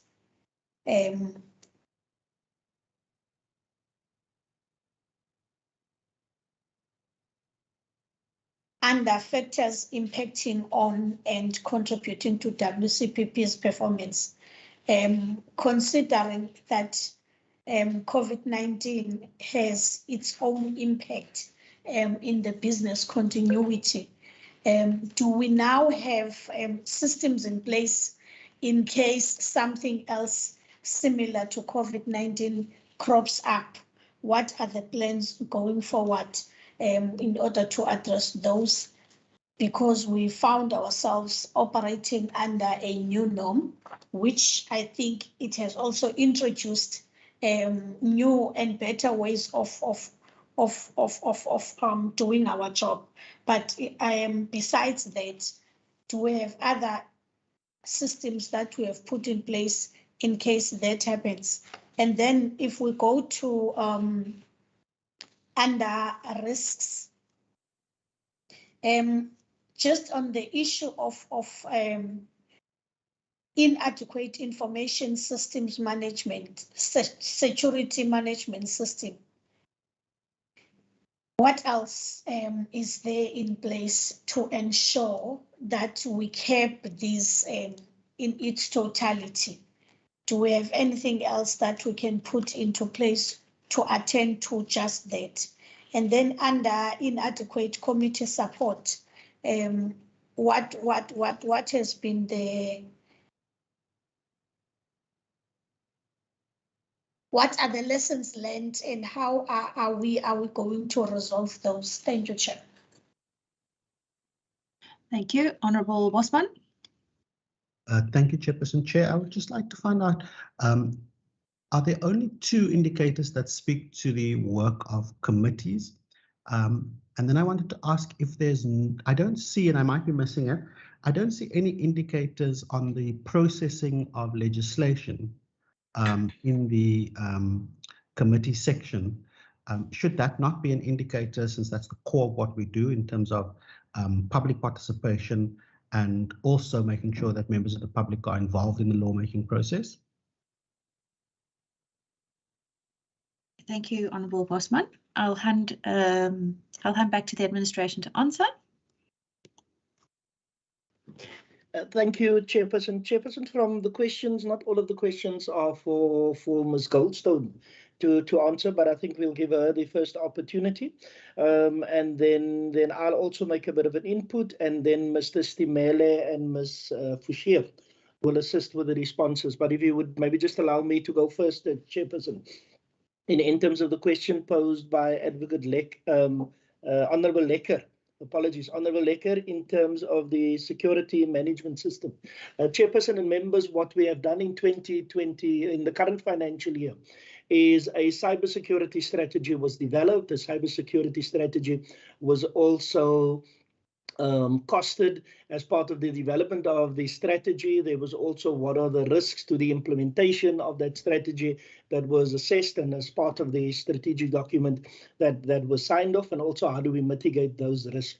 We had started in the current financial year already to start funding the implementation of that strategy, and with the assistance of Provincial Treasury, we've also received some additional funding for the implementation of that strategy going forward. The question from Honourable Lecker was, what have we also then put in place to, should something similar to COVID-19 emerge?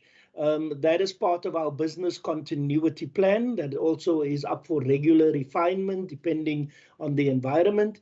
I am comfortable as the accounting officer and the secretary that our plans are in place that should we need to use a different venue other than the 7 Wales Street, outside of the CBD, that we have put mitigation plans in place to assist that.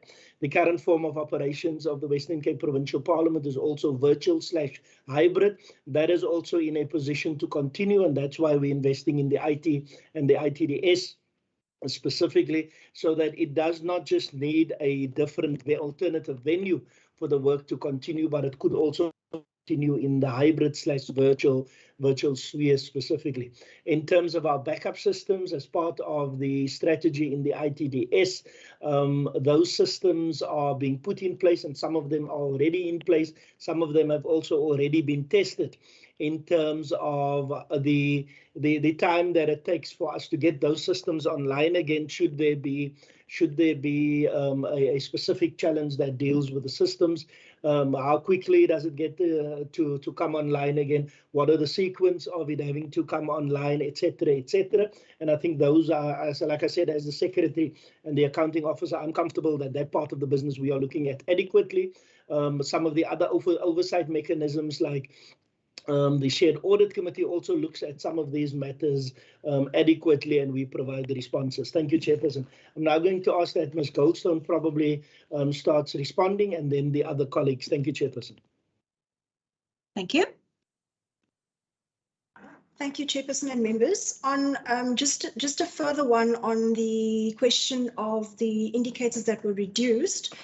So I indicated that these would be mainly transactional things that don't really give a. It's activity based. It tells us about the work of the administration, but it doesn't really speak to the service delivery aspect. So if you look at one example I've already given is the question of the Hansard meetings, which we've taken out. Also the contact meetings with DPTW. We really would have liked to then shift toward looking at what are the outcomes of those sorts of engagements, and that's what you will see in the future APPs, as opposed to the actual activity of meeting. We've also in program 4 taken out the one indicator on transfer payments, and members, this is not to suggest that these are still not priority activities within the respective sections. So, for example, transfer payments, for political parties, which we removed from program 4. Is still a critical activity, and it's still being undertaken. It's not that we have relinquished, obviously, the responsibility for this. It's just that we haven't specified a particular indicator and target. But what we can do, and what we certainly will do, is to continue to report on these aspects in narrative form, even if we don't have specific targets attached to them, on a quarterly basis, and also in our annual report. The other area was on security support for committees, where we were already at 100%. So the question, the target was around the level of support provided for committee oversight visits, I think it was, and we were already at 100% of that provision. So the decision was made to remove that indicator. Then there were questions from Honourable Bosman on the why there are only 2 indicators on the work of committees.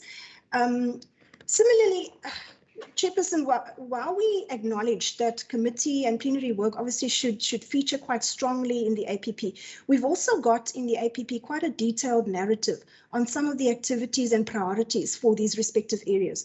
So the fact that there's no specific indicator or target or limited numbers of specific indicators and targets shouldn't necessarily signal the importance or the weight given to the activity. However, again, these are areas that we can report on in year in a much more detailed fashion, so that one has a clear sense of what committees are working towards. And similarly for the processing of legislation, I'm afraid, member, that is also not in the current APP. Other questions? I think I've covered what I'm able to, Chairperson, at this point. Okay, members, were there any outstanding questions? Madam Chair, sorry, there was a question from Honourable Bosman regarding the processing of legislation. What I can just say on that, Honourable Bosman, is that we had a APP target starting from 2019 that related to proactive processing of legislation as far as it pertains to public engagement. We developed a new process, a new standard operating procedure, where we actually start our process a long time before it is referred to WCPP.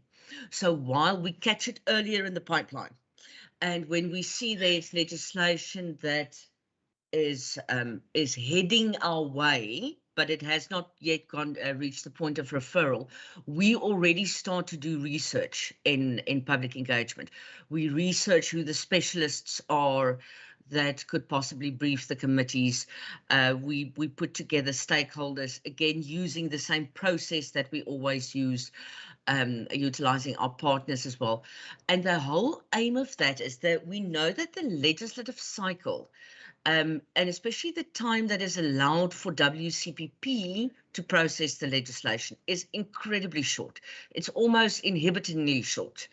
So what we're trying to do is to anticipate our role, so that we don't have to wait until we get notified by the committee, this is the legislation, and we start to then research the stakeholders, so that at the point where it reaches WCPP, we can go to the relevant procedural officer or the manager committees and say, here's your list of stakeholders and the research that we have done, the list of specialists, the areas that are most affected, etc., so that we shorten the period that is taken for committees to do that, so that by doing that we lengthen the window that we have for public involvement in lawmaking.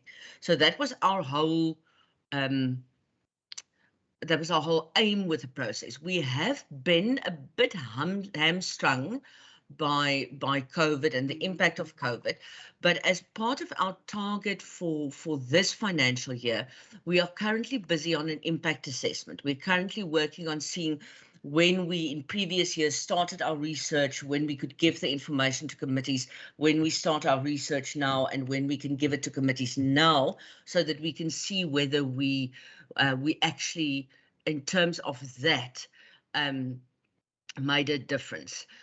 In the next financial year, obviously, we will still implement the SOP, but we will then also liaise with chairpersons to get a sense of chairpersons.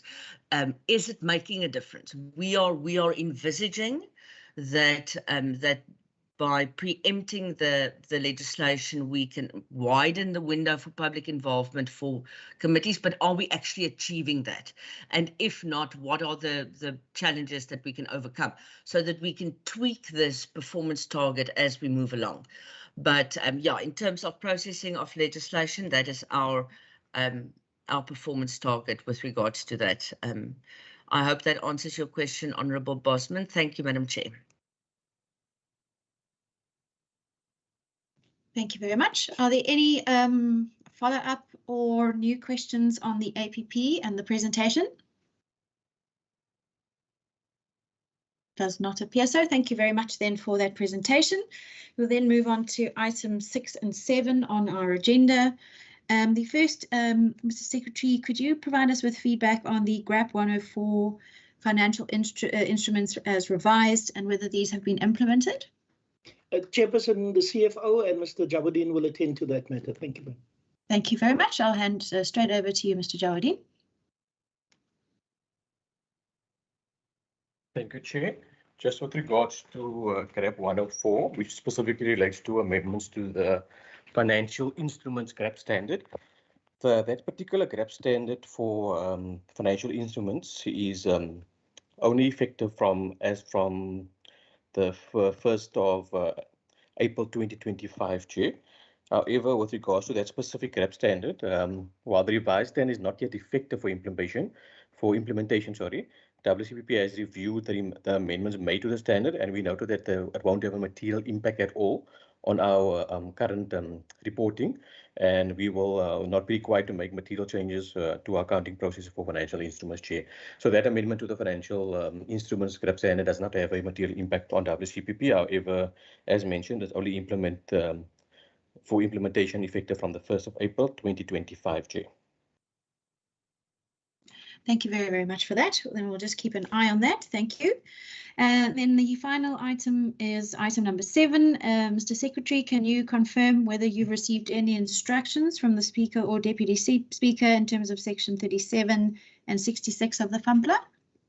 Chairperson, thank you very much, Chairperson. Maybe just a point for noting, in terms of FAMPLA, the executing authority is referred to as the Speaker in the provincial legislatures, but just to confirm that for the period under review, no instructions in terms of Section 37.6 and Section 66.2 of FAMPLA were received from the Speaker. Thank you, Chairperson. Thank you very much for that confirmation. We will then include it in our committee report. All right, that then concludes the items on our agenda for this morning. Thank you very much to all the presenters, and thank you very much to the team at the WCPP for putting those presentations together. I know it takes a lot of time and effort to put them together. And again, on behalf of the committee, I'd like to thank you very much for your hard work in the running and management of the Western Cape Provincial Parliament. That then concludes the meeting with the officials present. We do have some committee admin for the members present. I don't know, Mr. Speaker, if you'd like to say any final remarks before we continue with our internal admin. No, Chair, I just want to thank you and the honourable members, and of course, the Deputy Speaker, the Secretary, and the parliamentary contingent. It's been a great session, and of course, it took a bit less than what we thought it could. So thanks to you and the members. But thank you very much, Chair. I hope we've been able to provide all the information that the committee needed. We're here because we have to account. Thank you very much. Good luck. Thank you very much, Mr. Speaker, to you and Deputy Speaker, Mr. Adams and the team. Thank you very much. You may be excused. And if the members would stay behind, please. Thank you, Chairperson. Thank you, honourable members. All right, members, we have a draft committee minutes of the 7th of December to adopt.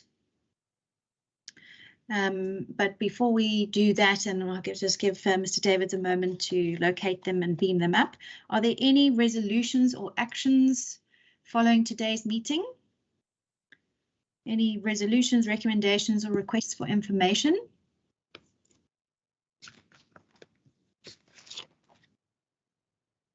Honourable Bosman.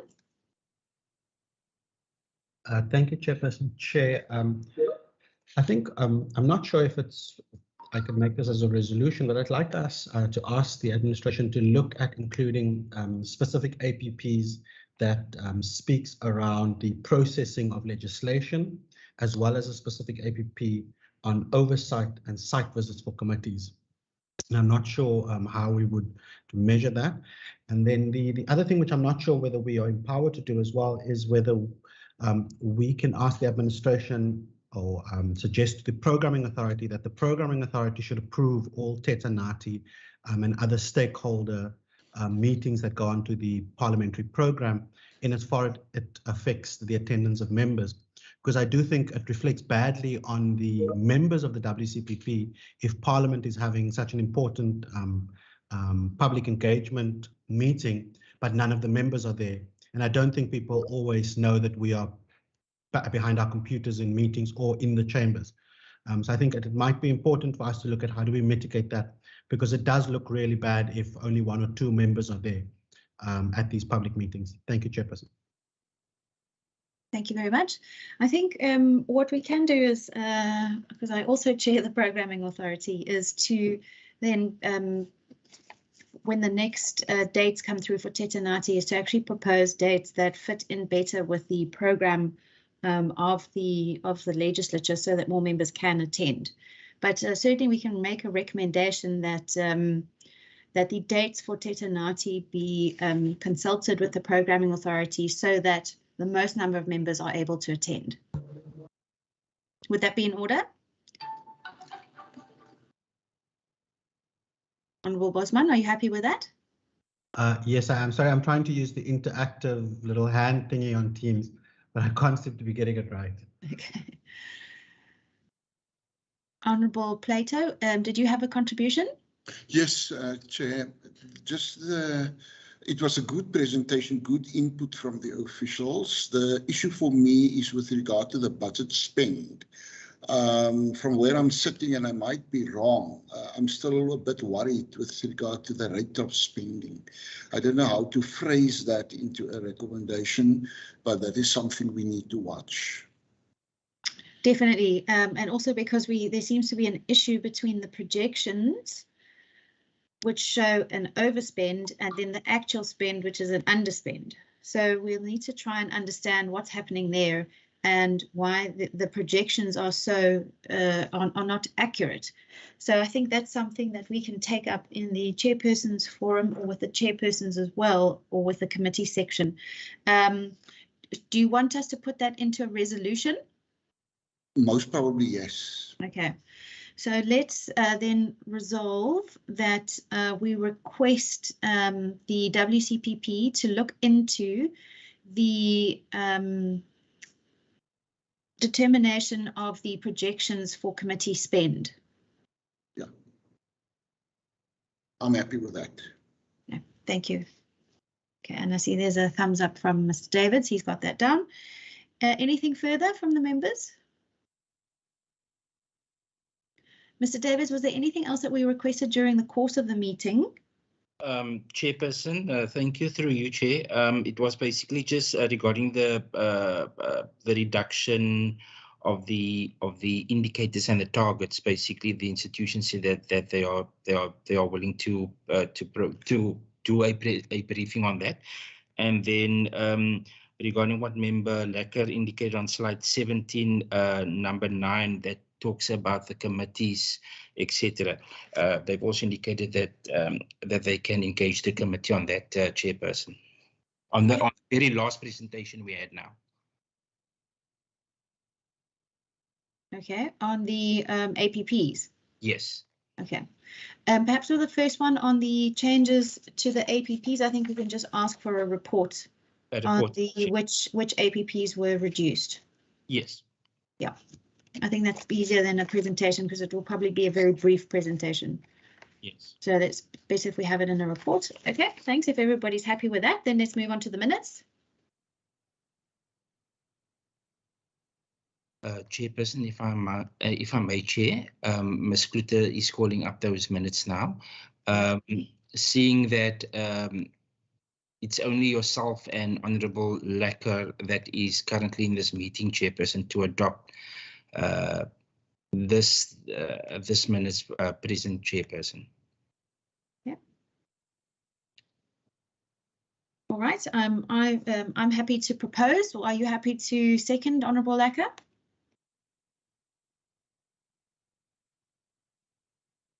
Honourable Lekker? Hi, Chair. It's a legacy hand, Chairperson. No, are you happy to second the minutes? Oh, yes, of course. Great. Thank you. The minutes then are duly adopted.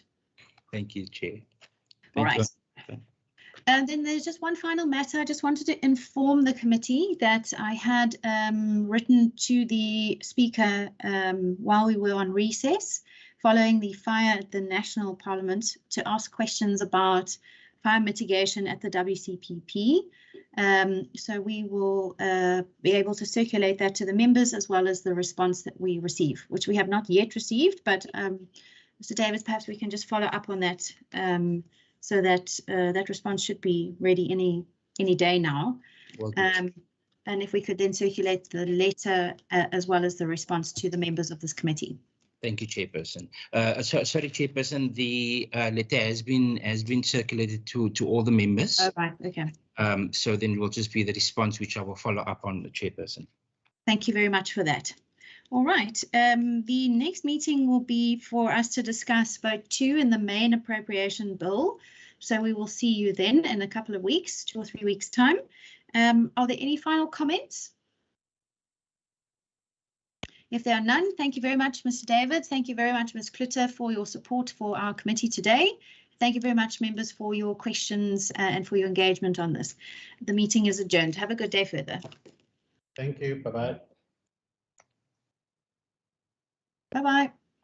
Thank you, Chair. Thank you, members.